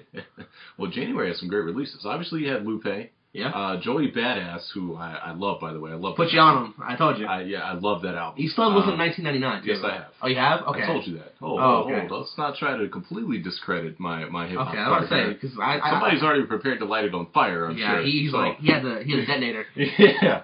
So I still need that. I got a couple places I'm trying to get into, but no, yeah, and then obviously Drake. By the way. Don't ever tell me about another anticipation thread again. Worst thing ever, right? The worst thing ever. You guys are on top of your stuff, but also 90% of the time you're just throwing shit out there, just trying to hope. No. So Kanye Twitter was the first to the mixtape. They were the first. Well, no doubt, but also, how many users do we have in there leading us all these different ways? I didn't believe in any of them. The things I told you was mixtape's coming January, which it was supposed to. It didn't come in January. Short film, which you laughed at me. You told me it was for something else. I did laugh at that, actually. And I was like, he's dropping a short film. That was a brilliant call, by the way. I called it. No one will believe me. I called it on Friday the 13th. You did. Time, like 3 weeks ahead. That's why when the week before on that Thursday night, everybody was getting ready. Yeah, the Friday before the release. We were up all night, and I'm in the forum. When it started at like page 400 or something, and then it blew. It ended up at like 20. I don't know, over 2,000. Something it's like ridiculous. 2,500 right now.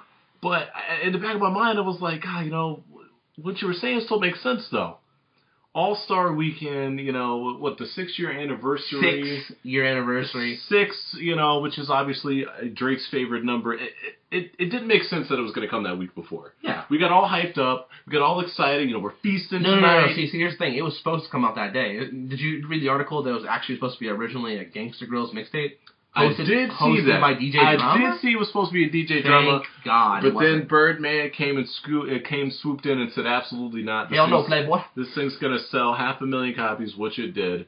And I don't think he did that. I don't think Birdman had anything to do with it. I think Birdman absolutely had something Why to do would he with do that? Because that album got him out of his contract. But it's a massive seller. Why Birdman is a businessman.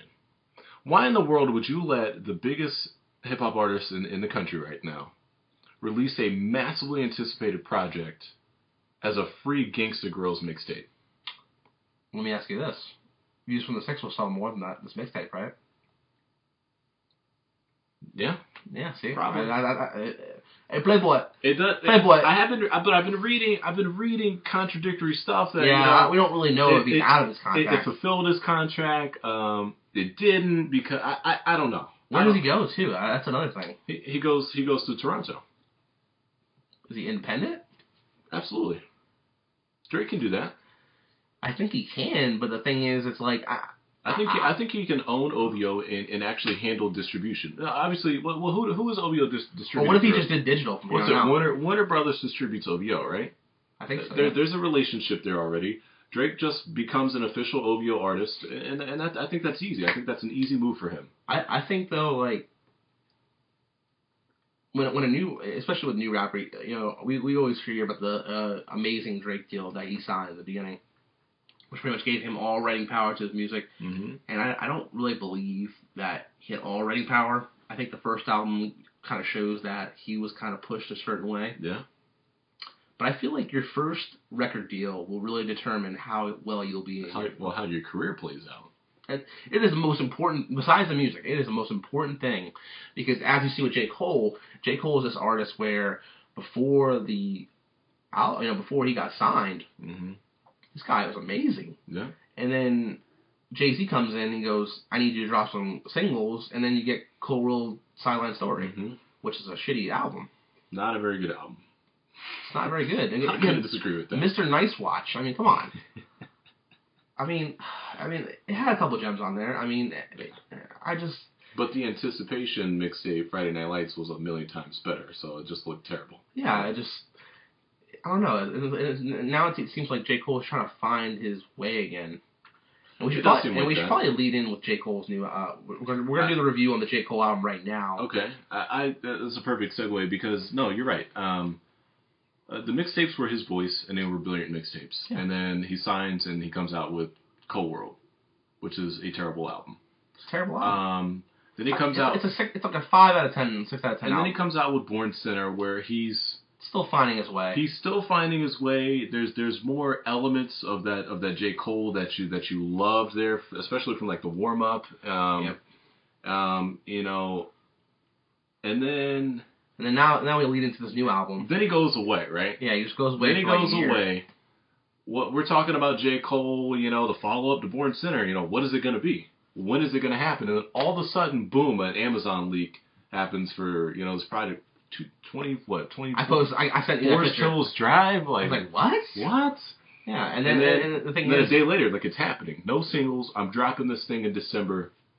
I remember in November, me and you were like, dude, I was so excited. I was we were on it. We both it leaked. How many days before did it leak? It was about a week. It was about a week before, right? And I was really, really excited for this because on what's that guy? What's his artist name? Which artist? J. Cole's artist. Kaz. The guy that's part of like his band or whatever. Well, not a band, but the little musical crew that he rolls with. Kaz is a good rapper. Yeah. Like, he dropped a nice little album. I don't know if it's an album or mix. It's like that weird Section 80 thing. It's a great album, and I liked it. But his verse on that remix might be my favorite J. Cole verse. I love that verse on that song. I think it's called the Hustlers remix or Problems remix. I forgot what it was. His verse on that song, I play it religiously. I love that verse. So going into this album, I had high expectations. I told you, like, this guy's about to drop. Yeah, I think we both did. I had hyped up a little. You're like, I started the hype train. You were the hype man for J. Cole's album. I was like, you know, I was like, no, because of the last two albums, I was like, it's not happening. Then I jumped on. You dropped the trailer, which was awesome. The trailer is what finally did me in. The beard. You started it, and then I see him. He's in Fayetteville with the Jordans and the beard, and his hair is all long. Looks like he's been in the studio for like a year. Exactly. And I said, you know what? This is it. Yeah, this is gonna be. J. Cole, where the hell's he been? No singles. He's just dropping an album. It's gonna be a classic. All right, so then let me get into it, and we start with the intro. How'd you feel about the intro? Yeah. I liked it. Yeah, it was a little weird. I don't know. Do you wanna be? I loved it. I play it sometimes just by itself. I don't know. I like the intro. I was very conflicted as to what was he trying to do with that. It reminded me. What direction was he trying? He was trying to start off this album in a direction where with that. I think it was kind of like the intro to Friday Night Lights.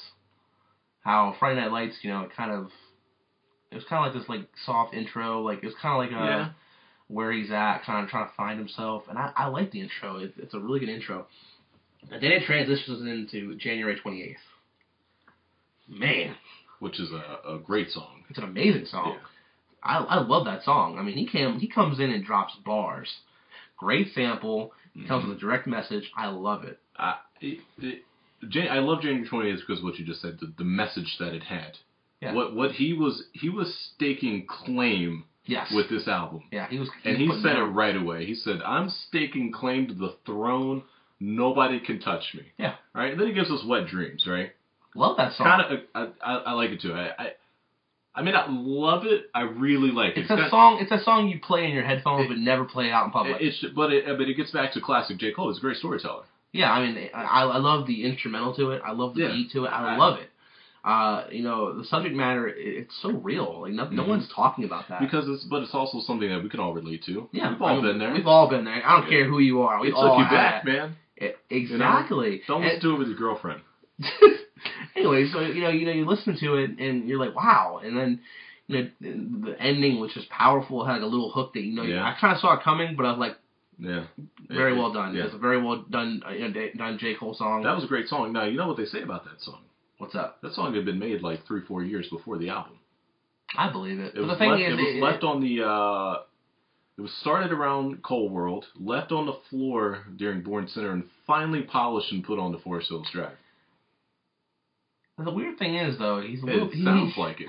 He's a bit hypocritical on that song, though, because I remember him saying on, I think, Friday Night Lights that, should I admit that a first slutty bitch was my first? Yeah. And it's like, which one's the truth? That's true. And a little bit of, when I first heard it, I was like, this is just like a story he made up, and it's whatever. It is a story. But is it a story about him? Because if it's a story about him, I take it as a genuine thing of something in his past. I don't think it has to be. I think J. Cole is a great storytelling lyricist. It's almost like it's like he's reading a Shel Silverstein book to you, but he's rapping it. And I don't think it.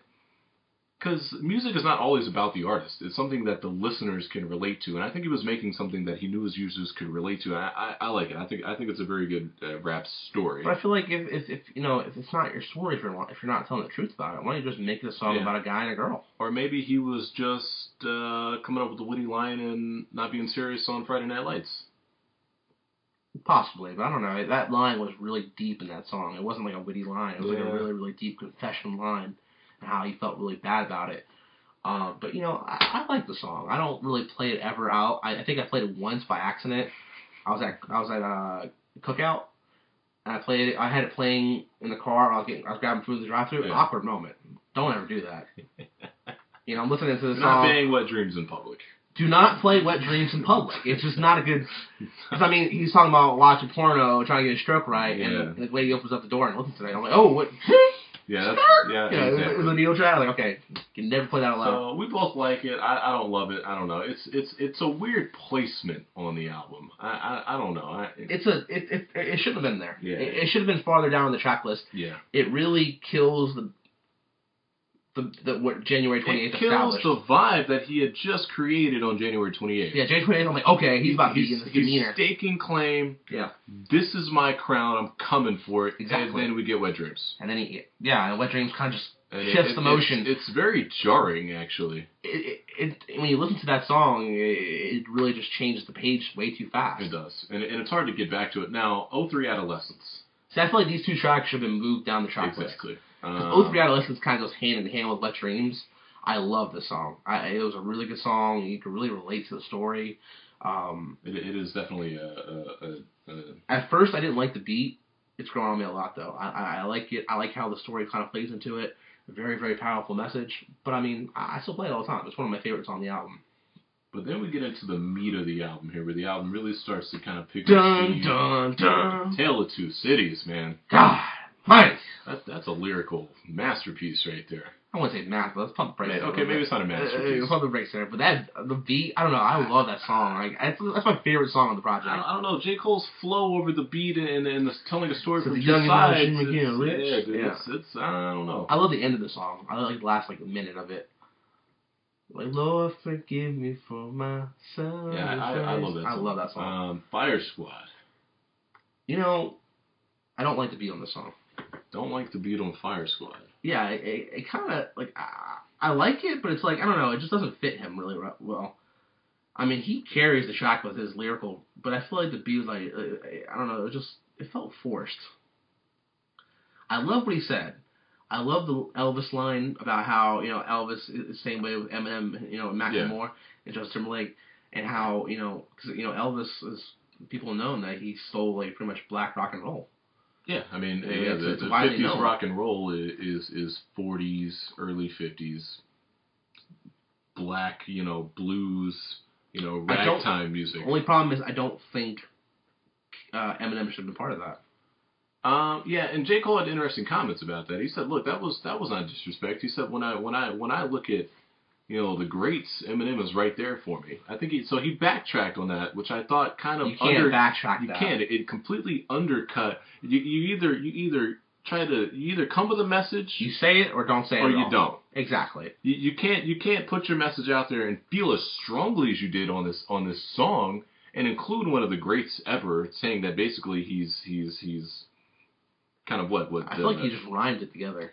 Yeah, he did. Because Justin Timberlake too, I don't see how he steals anything from anybody in the black community. I might be wrong. I might be ignorant to that, but I feel like Justin Timberlake, he's a talented artist. I think he was forcing himself into try to have kind of like a social message somewhere on the album. He had to have something direct to get everybody talking about it. Exactly. And then he realized, holy crap, that was stupid and that was wrong. And then he completely backtracks, which just completely undercuts the entire message. Either say it with your balls or don't say it at all. Yeah. So I like the song, but yeah. I was not a fan of that. And then San Tropez. Skip. I don't even want to talk about that. Did you watch by the way, quick pause. Did you watch the Needle Drop review? I know that it's that guy, the white guy. I don't watch him. He did the Dark Sky Paradise video. Completely panned it. It was kind of disrespectful. He did. This is all he did in the video. All he did was for 5.5 minutes just say no. He went no. I was like, oh my god. Now I can't wait to talk about Dark Sky Paradise. Yeah, I know. So we have to keep moving here. We're gonna get into. Now hold on, GOMD and No Role Models.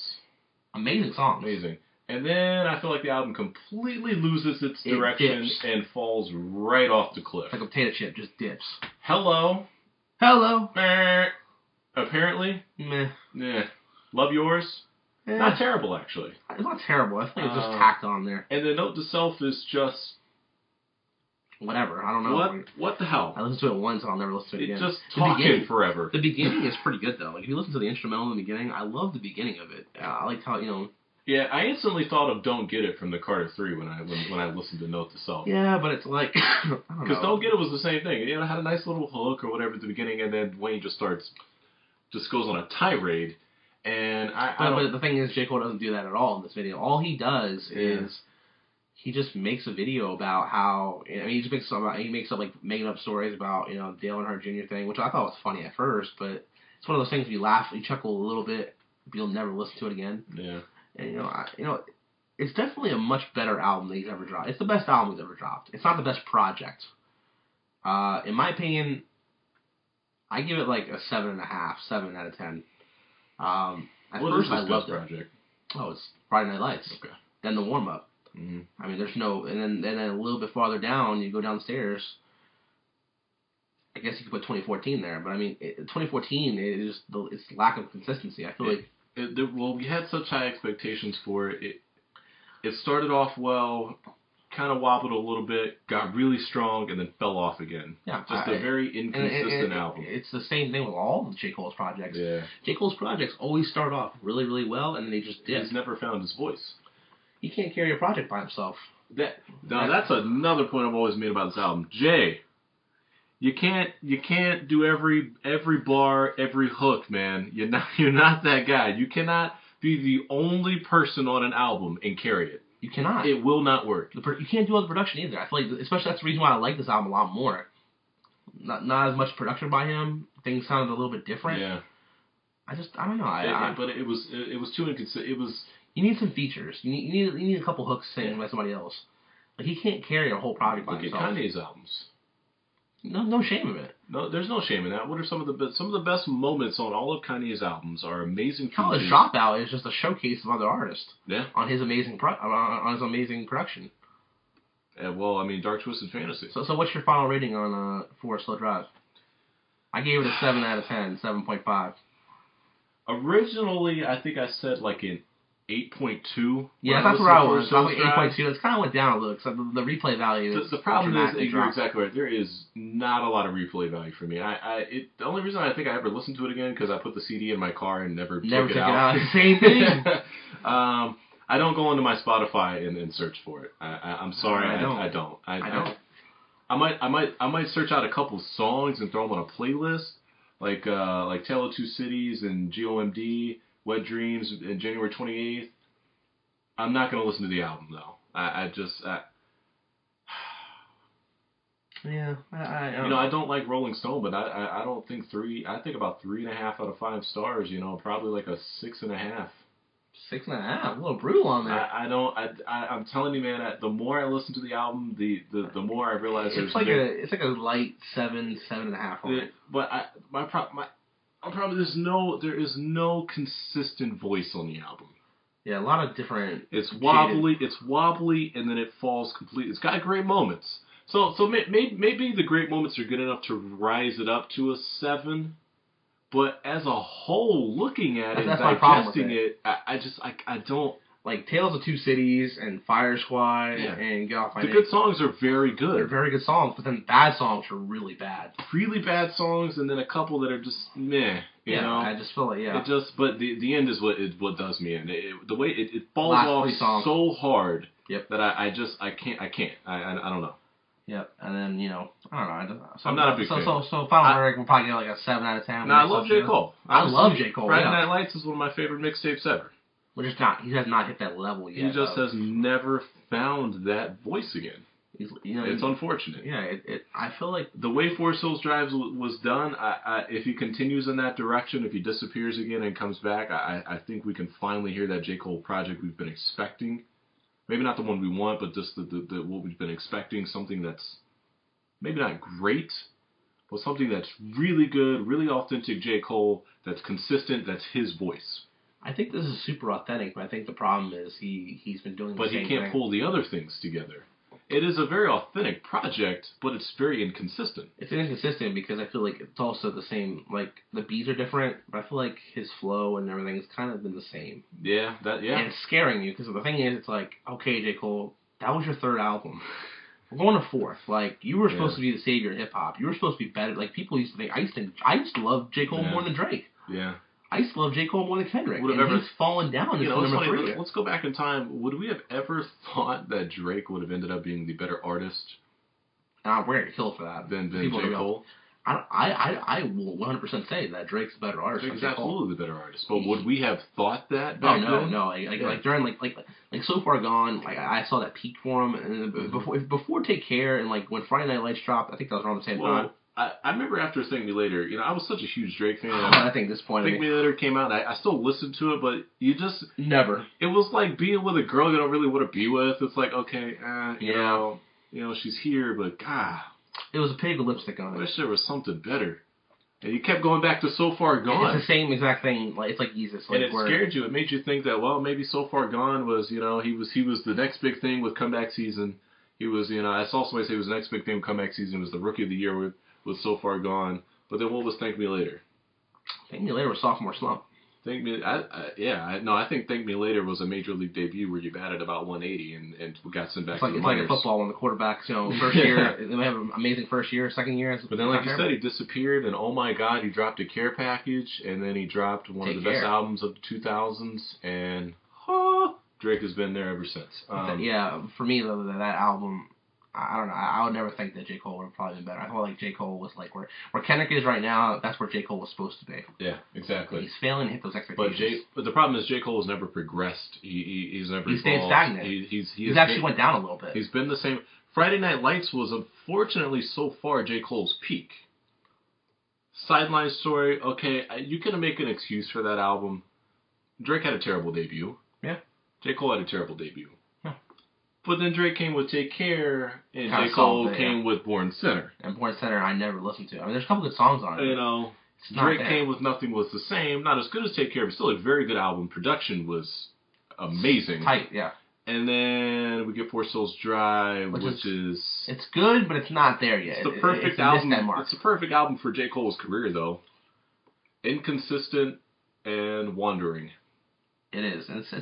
It is sad. I really want to. I want J. Cole to be great, but I just won't hit that. I'm not sure it's going to happen. He won't hit that. Which I think is a perfect segue into another artist who is still kind of doing the same thing.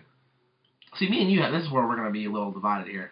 I think we're going to this next album, Dark Sky Paradise. So we go into Dark Sky Paradise, signed by Kanye, huge co-sign. Drops the first album, Finally Famous. How'd you feel about that? I like that album. Finally Famous is a good album. A much better debut than what J. Cole and... yeah, I like that album better Drake than... so. I like Finally Famous probably better than Thank Me Later. Yeah, no, it was definitely a better... Out of those three, it's definitely the better debut album. It's also because he had No ID there to kind of... Yeah. Kind of put him on... I mean, you can't make a good album with No ID, then you shouldn't be making music.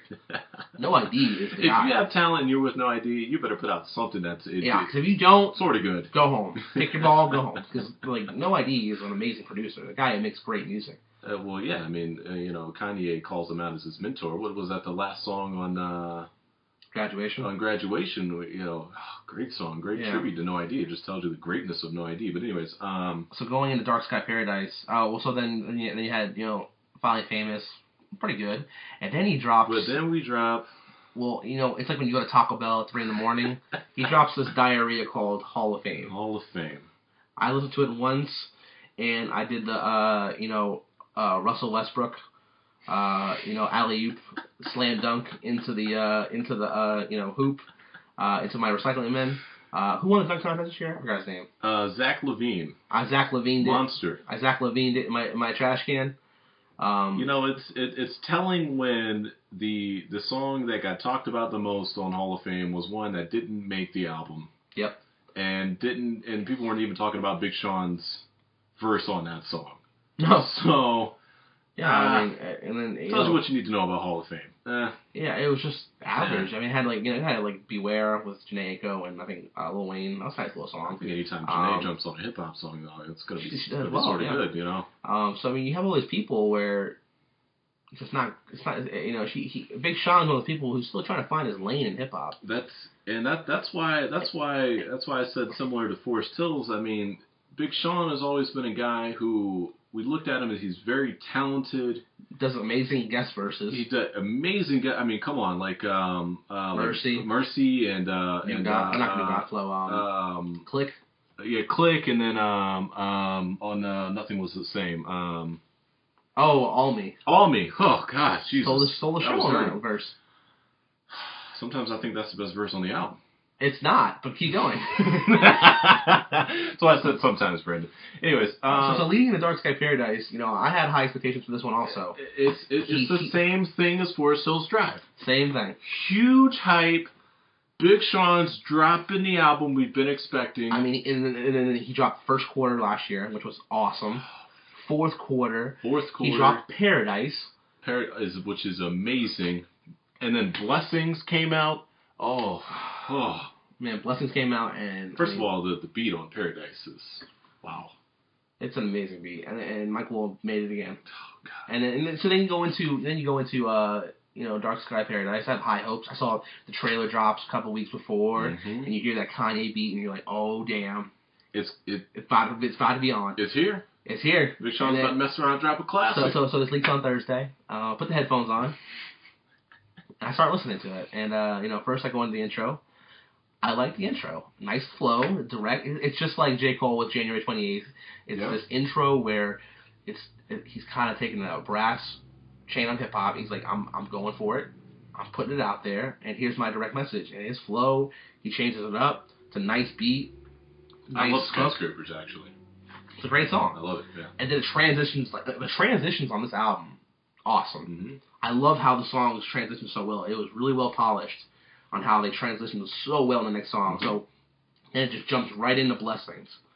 And amazing. I love the song. Drake drops another nice hook. Disappointed that it's not the extended version of Blessings, but Well, because I feel like Drake had the best verse on the song, and then Kanye West, and then the Big Sean verses go down there. I like the flow when Drake gets on here. How do you feel about All Your Fault? All Your Fault. I love the beat. I mean, that beat, when that beat dropped, I listen to it all the time. I didn't like the Kanye West verse. I feel like the Kanye West verse was just really lazy. The Tom Cruise line, I'm just like, okay. I'm glad you said that because I completely agree with that. I remember I told you that when I listened to the snippet. I was like, I don't know if I like this. Skyscrapers and Blessings is such a good start to this album. Yeah, and I like the transition verses between Big Sean and all. It's the start that we kind of imagined with this Big Sean album. And then All Your Fault comes along and the production is there. Top tier. the production is absolutely there, but then Kanye kind of comes in, and it's like he kind of just... It's like a Yeezus verse. He just kind of skip across the beat, and then we move in. Big Sean definitely dominated that song. Yeah, I've seen people say Kanye had the better verse. I'm like, which is, I think, absolutely ridiculous. Kanye did not have the better verse. Big Sean was much better. What Kanye was doing on that song, but yeah, it was just lazy. And then you transition into I Don't Fuck With You.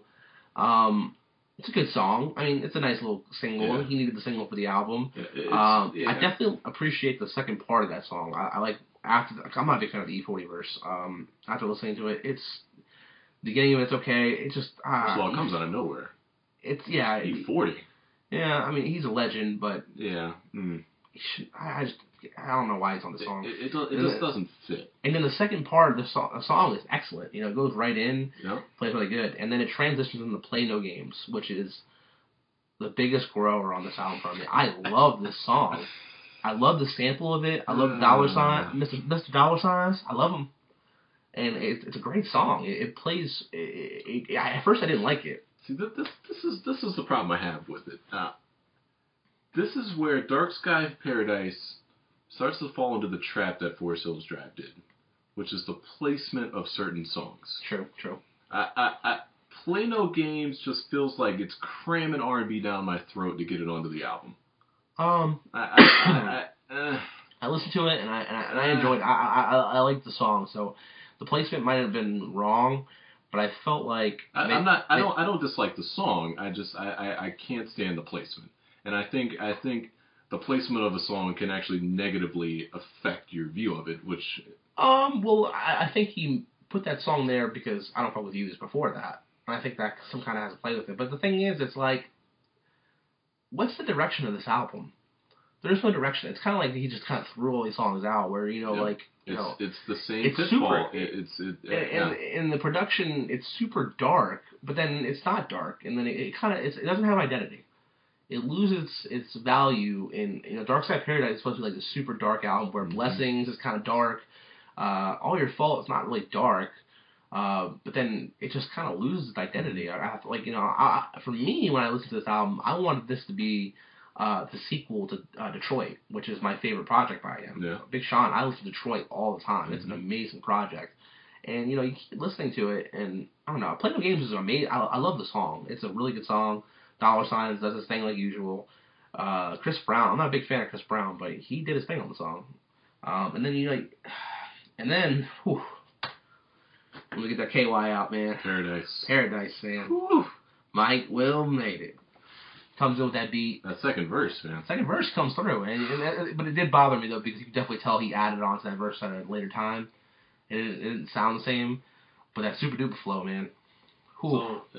But then we started to get into what is my major problem with the album, which is kind of that middle section. Yeah. There's a couple tracks here. The album starts off, I think, very strong. Kanye's a little inconsistent. Maybe E40 didn't quite fit, but Skyscrapers, Blessings, All Your Fault, and I Don't Fuck With You, and you could still say Play No Games, even though I don't like the placement. And then Paradise, very good beginning.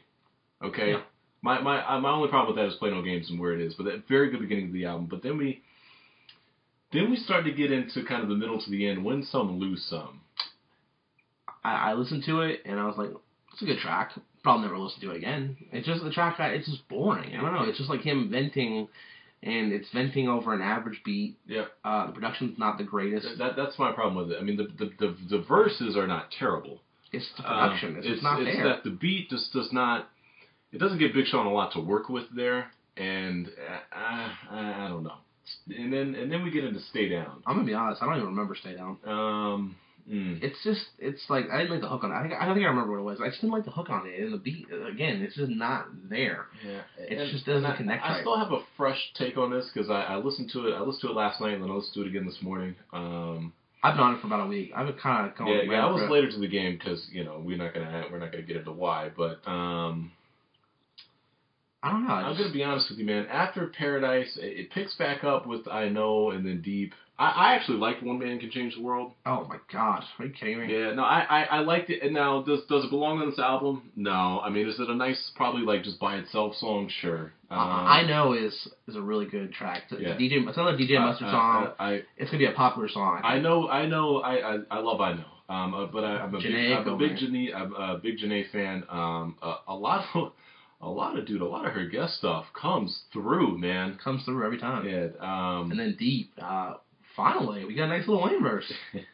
I've been waiting for a nice Lil Wayne verse. We haven't had one in a long time. And then out of nowhere, here comes Lil Wayne. Comes through with a nice little verse. Doing his thing. The singing's on there. Like, the singing is not distasteful. It sounds really, really good. It's because he didn't force himself into that weird, crazy Martian personality that he's always been doing. He just rapped the real stuff. The bar about Big Sean not being big as he should be. Great. He just drops a real verse. It works. His flow is there. The lyrics are not so focused on being funny and metaphorical. It's a nice verse. I liked it. I agree with you. It's about time. And then One Man Can Change the World. I cannot stand that song. I'm sorry. It's so boring. It's so lazy. I could see that.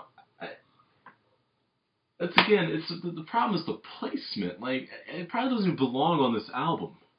Yeah, it feels like it was a Kanye West song. I don't get it. This sounds like it was something on Cruel Summer. Exactly. If this is a good music release, it's a good song. Okay. No, not even then. No, I think it's a good. It's literally a good song. It's a good song. Yeah. but okay, maybe I don't know. Maybe I'm just a really big John Legend fan. I don't know. But on the album, it's like, what the hell? And who did I forgot what was that girl that Big Sean dated? God, Naya Rivera. Listening to this album, he sounds extremely bitter about her. He does, and he claims in his interviews that he made some of these songs before her. No way. No way. This album was made when she decided to not marry him and to marry somebody else on the day they were supposed to get married. Exactly. Okay? It just sounds bitter. This album has that all the way through it, but he also was trying to incorporate like a rebirth with Ariana Grande, and then it becomes wildly inconsistent. Yeah, and then before we jump on the bonus tracks though, outro is probably my favorite track on the whole thing. Really? I love the outro. I love the sample. I don't know what the sample's from. Outro was very good. Outro was really, really good. My favorite song is probably, it's either Blessings or Paradise. Yeah, it's like Blessings, Paradise. All Your Fault, I still play it. I like the back and forth with Big Sean. But the outro too, though. The intro was I like Skyscrapers. See, I feel like this project's more consistent than Forest Hill Drive. Yeah, it's not. It doesn't hit the. It's because it doesn't completely fall off the cliff like Forest Hills Drive did. It's in that medium. It kind of just starts going downhill. Like the average, it's like a speed. It's like a speed. It's like average speed. Exactly. Never goes under 40. Yeah, but it's still 40. But then we get into the bonus tracks, and it deserve it, man. You know what? I changed my mind. That's the best track on the album. How was that not on the actual album? That track was amazing. It's like Party Next Door. Like, thank you. Came through, by the way. Why? One Man Can Change the World. Maybe Play No Games. You'd leave that on there. I don't know. Why the hell did Deserve It not make this? I don't know. Deserve It. Why is it relegated to bonus track territory? Deserve It is so good. I've been playing it so much. Party Next Door is extremely talented. And by the way, I didn't link you to it. Dead End Hip Hop did a review on the Drake album. Mm-hmm. Completely just annihilated it. Because Dead End Hip Hop is like old school. Like the average age is like 29, 30. Well, that's getting into when we talk about elitist hip hop. Yeah, they're like all like underground, like verse. And which I fall prey to that sometimes. Sometimes that's me. I'll admit it. But But here's the thing. Here's the thing. They were talking about Preach, and they didn't know who Party Next Door was. Oh. Yeah. I'm like, how do you listen to hip hop, current hip hop? You don't know who Party Next Door is. Wait, were they being serious? They were being dead serious. I think the term they said that Party Next Door should party at the other corner or something. And I was like, how do you not know who Party Next Door is? The guy is a great underground artist. Yeah, he's pretty big right now. He's not a rapper. He's not really underground anymore. I mean, he's pretty big. Yeah, I don't get that. And then you go to Research. Do not like the song. Gotta get Ariana on there. Come on, you gotta get your girl on there. But Research is about like bad relationships in a way. It's sort of like, I don't know, it's weird. It's weird in a way that is Big Sean taking his current girl and using her to get past the just terrible episode with Naya Rivera. It's a rebound. Yeah. It's a rebound. Yeah, it's... Naya is all over this album. Big Sean is Marcus Gasol right now. He's rebounding. And he's using Ariana to try to get past her, which is unfortunate for Ariana. And then getting the platinum in Wood, meh. It can stay right where it is. When it comes to this album, I gave it a straight 8 out of 10. I thought it was much better than Forest Hill Drive. It's more consistent. The only bad track that I really hate is One Man Can Change the World, and I forgot what the other name of the song is. I think it's a good project. I think it's definitely his best project since Detroit. It's not better than Detroit, but the thing is, now it's like J. Cole and Big Sean are in the same exact lane where both their first 2 albums weren't the greatest. Their third albums are probably their best albums, but they're remembered by their mixtapes. That Detroit and Friday Night Lights. It's amazing how similar their career trajectory has been. It's been exactly the same almost. Yeah, it's kind of like I don't see. I feel I put them in the C class right now. They're like in the C/D class right now. I generally agree with Dark Sky. It is, in my opinion, definitely better than Forest Hills. Forest Hills was just wildly inconsistent. Dark Sky Paradise doesn't fall off as hard. The beginning though, those first 6 songs. Yeah, it's really good. Strong. It's really good, and you're like, man, maybe he did it. Maybe he did it. And then it kind of teeters off. It teeters a little bit. It doesn't completely lose its way like Forest Hills Drive did. Janae, Lil Wayne, they both kind of stayed in the middle there. One Man Can Change the World. Like I said, I like the song. It's has the worst possible placement on this album. Outro is very good. Deserve It is awesome. It deserved the damn spot on the album. It deserved it. And it got relegated. Yeah, I like the album. Terrible. I like the album. I don't love the album. I like the album. It's not going to be, like I said, probably heavy rotation. Some of the songs will be, for sure. Blessings and Paradise are some of my favorite songs right now. But I like the album. I didn't love it. It's a good project. What did you give out 100?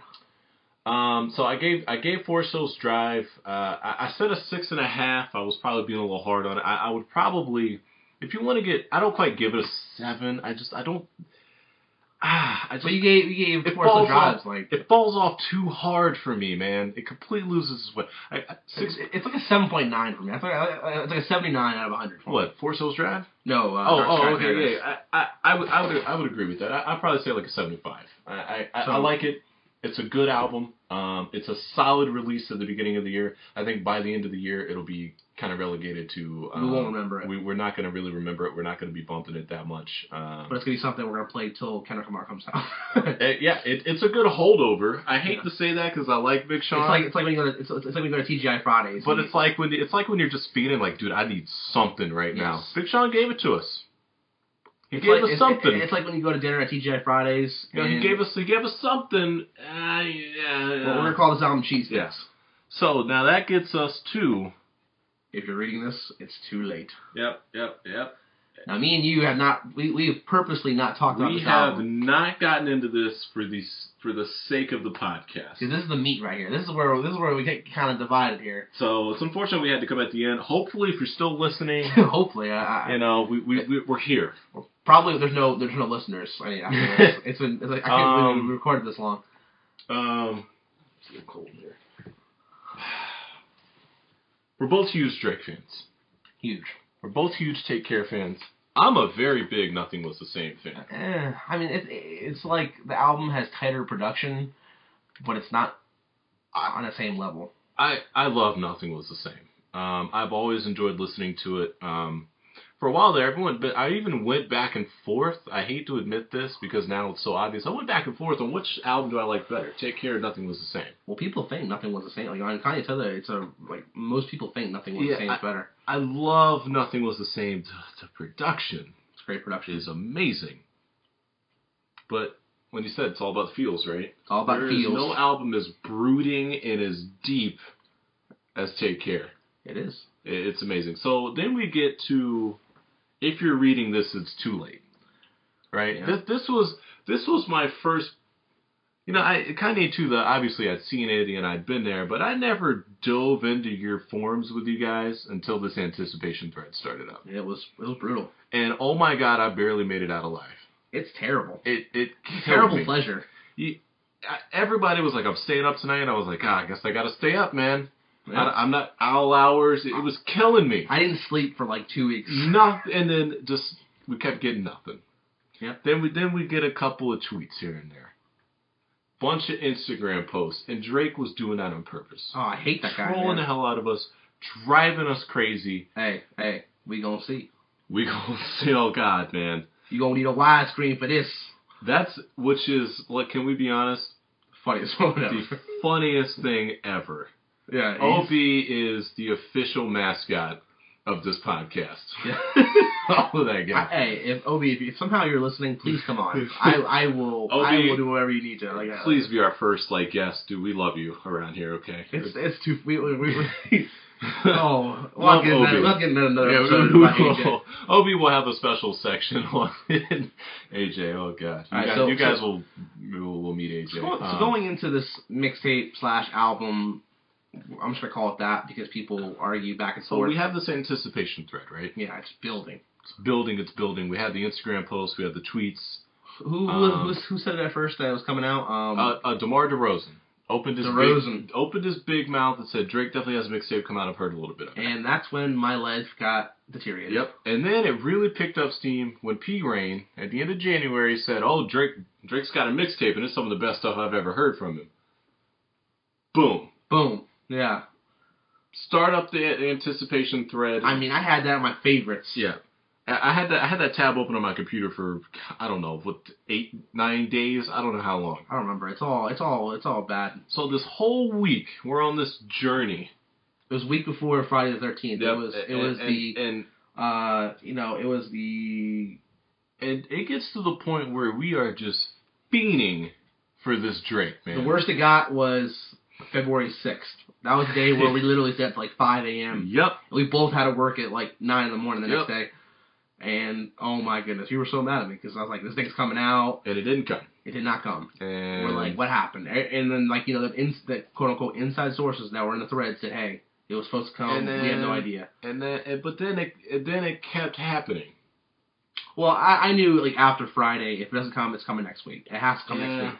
If it doesn't come Friday the 13th. I wasn't quite as disciplined, unfortunately. No. Don't get me wrong. I kept looking. I looked at that thread maybe 20, 25 times a day just to make sure I'm not missing anything. I lurked it. And I stayed strong on that thread. And then, finally, Friday the 13th. I called it like 2 weeks in advance to you. I was like, hey, this album, that's perfect time. I also thought the Grammys were that weekend too, but they weren't. It was the weekend before.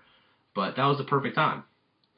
And then, the album comes out, or mixtape, whatever you want to call it, drops. You're up. I up. I mean, I was so excited. Oh yeah, by the way, before we start this review, to the guy who posted the clean version on Kanye to fuck you. Fuck you.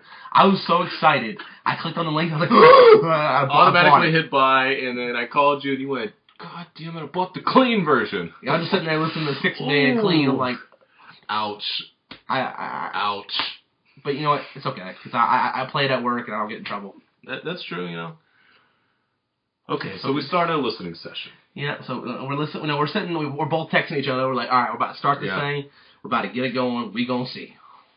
And Legend. I had very mixed opinions. You did not like the song at first. I did not like Legend at first. The Jodeci sample. Was it Jodeci, I think? It was Jodeci. That Jodeci sample was and excellent. I love Jodeci, by the way. I'm a huge 90s R&B group guy. And Drake, Jodeci's had a huge influence on Drake, obviously. Oh yeah, of course. I really can't tell you why I didn't like Legend that much. I think it's because it came off as really braggadocious. Drake. I feel like this album was kind of like a direct, when you find that somebody Kanye said their biggest reason why they do not like Drake is because he sings too much. Yeah. Even on Dead End Hip Hop, when I was watching the review, I hate Drake because he sings too much. Mm-hmm. But this was like, okay, to all my haters, I'm going to show you this is what I can do, just rapping. And I think that's why some of his fans are kind of discontinued to the album. I personally loved the mixtape. I thought it was really good. Getting into Legend, I love the sample. I mean, that song, I like the flow on it. I love it. And, you know, being braggadocious, but I've come around to it a little bit more because the problem with Legend is Legend on its own. That's how you feel about it. But obviously, we'll talk about this in finishing this review. But when you digest it as a whole, it is a great start.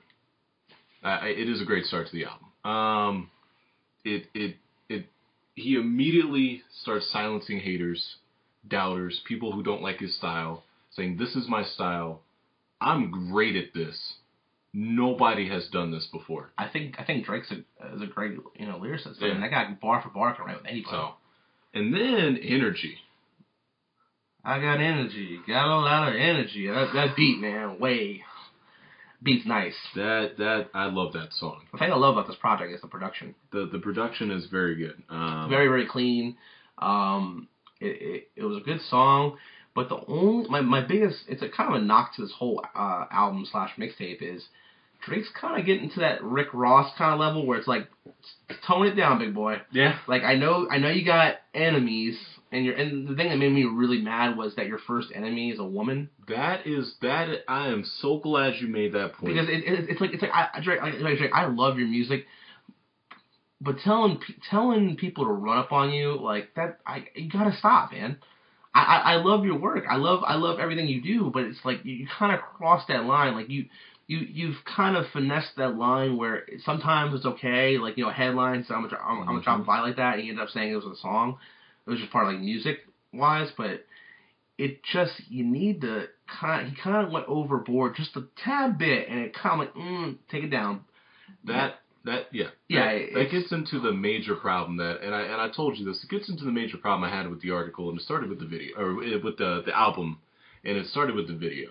Yeah. Okay, in the video he talks about how he's like, you know, you're a target, you never know who's coming for you, it's dark times. Projecting death, which is interesting. He's forcing a view of himself that I just do not think is real.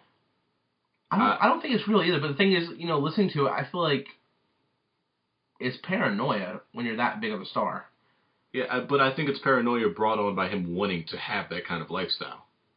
In a way, yes, but I think like when I watched that video, like, you know, the thing that really hit me kind of hard is like at the beginning when, you know, they're showing the car going up the mountain, and, you know, he's saying, "I'm drinking too much, I'm smoking too much," and I'm like, you know, gotta have the Jamaican guy.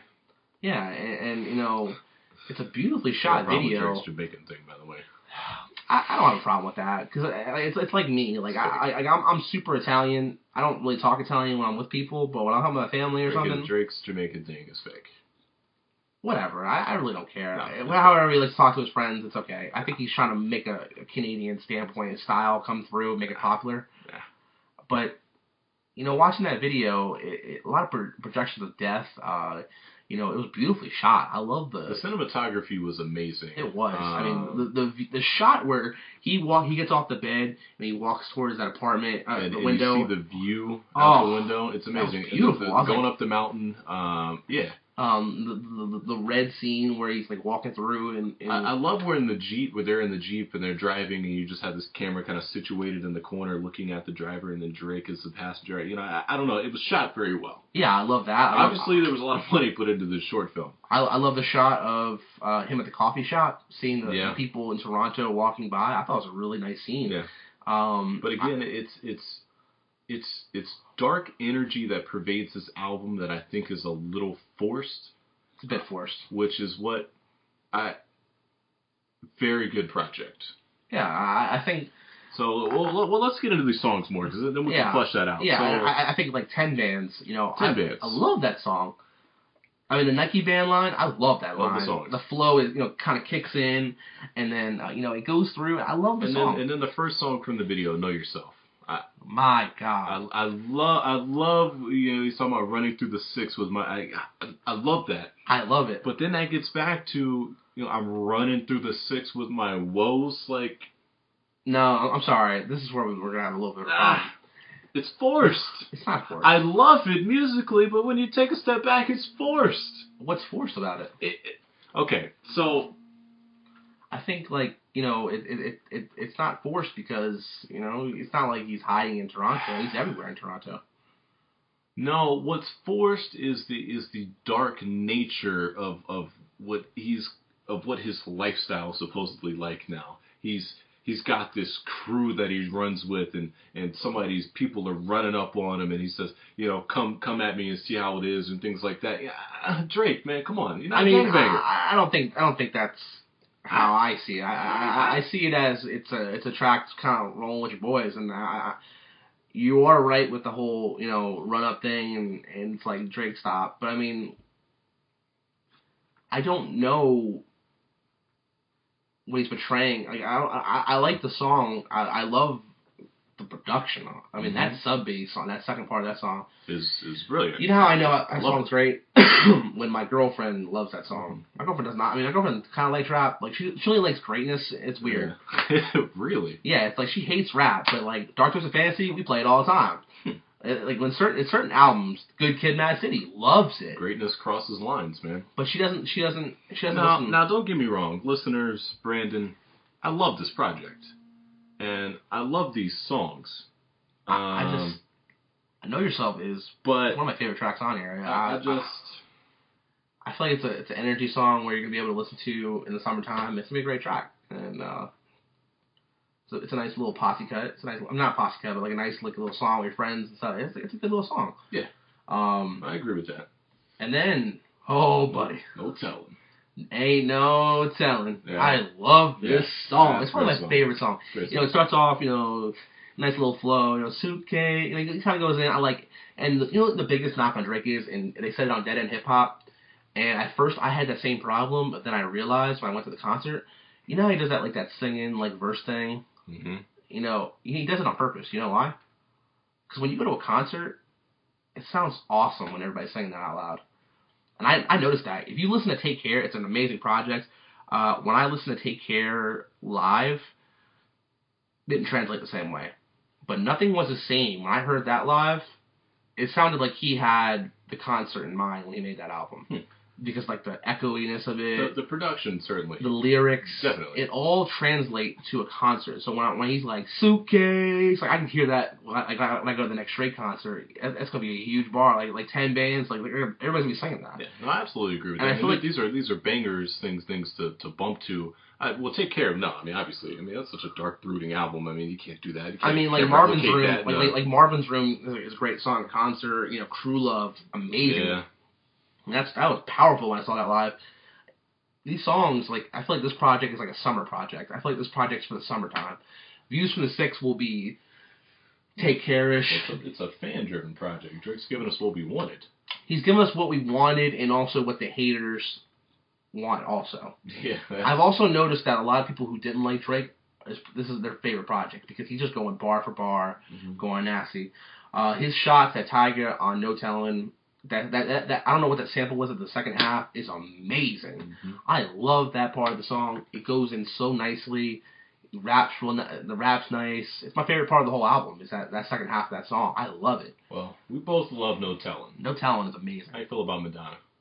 Madonna is the biggest grower on me because I've kind of gotten. At first, I hated it. I was like, "What is he doing?"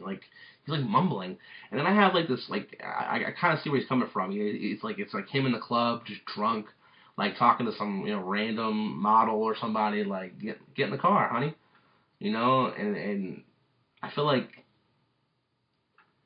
the production carries the song, but I understand what he was trying to do with the song. It was something completely different, and what happens is you listen to it, and it's just not all the way there yet. But it's definitely something different, and I think that's the reason why I didn't like it, because it's so far right of what Drake does that I didn't like it at first. But now it's my biggest grower. I listen to it all the time. No, I absolutely agree with that.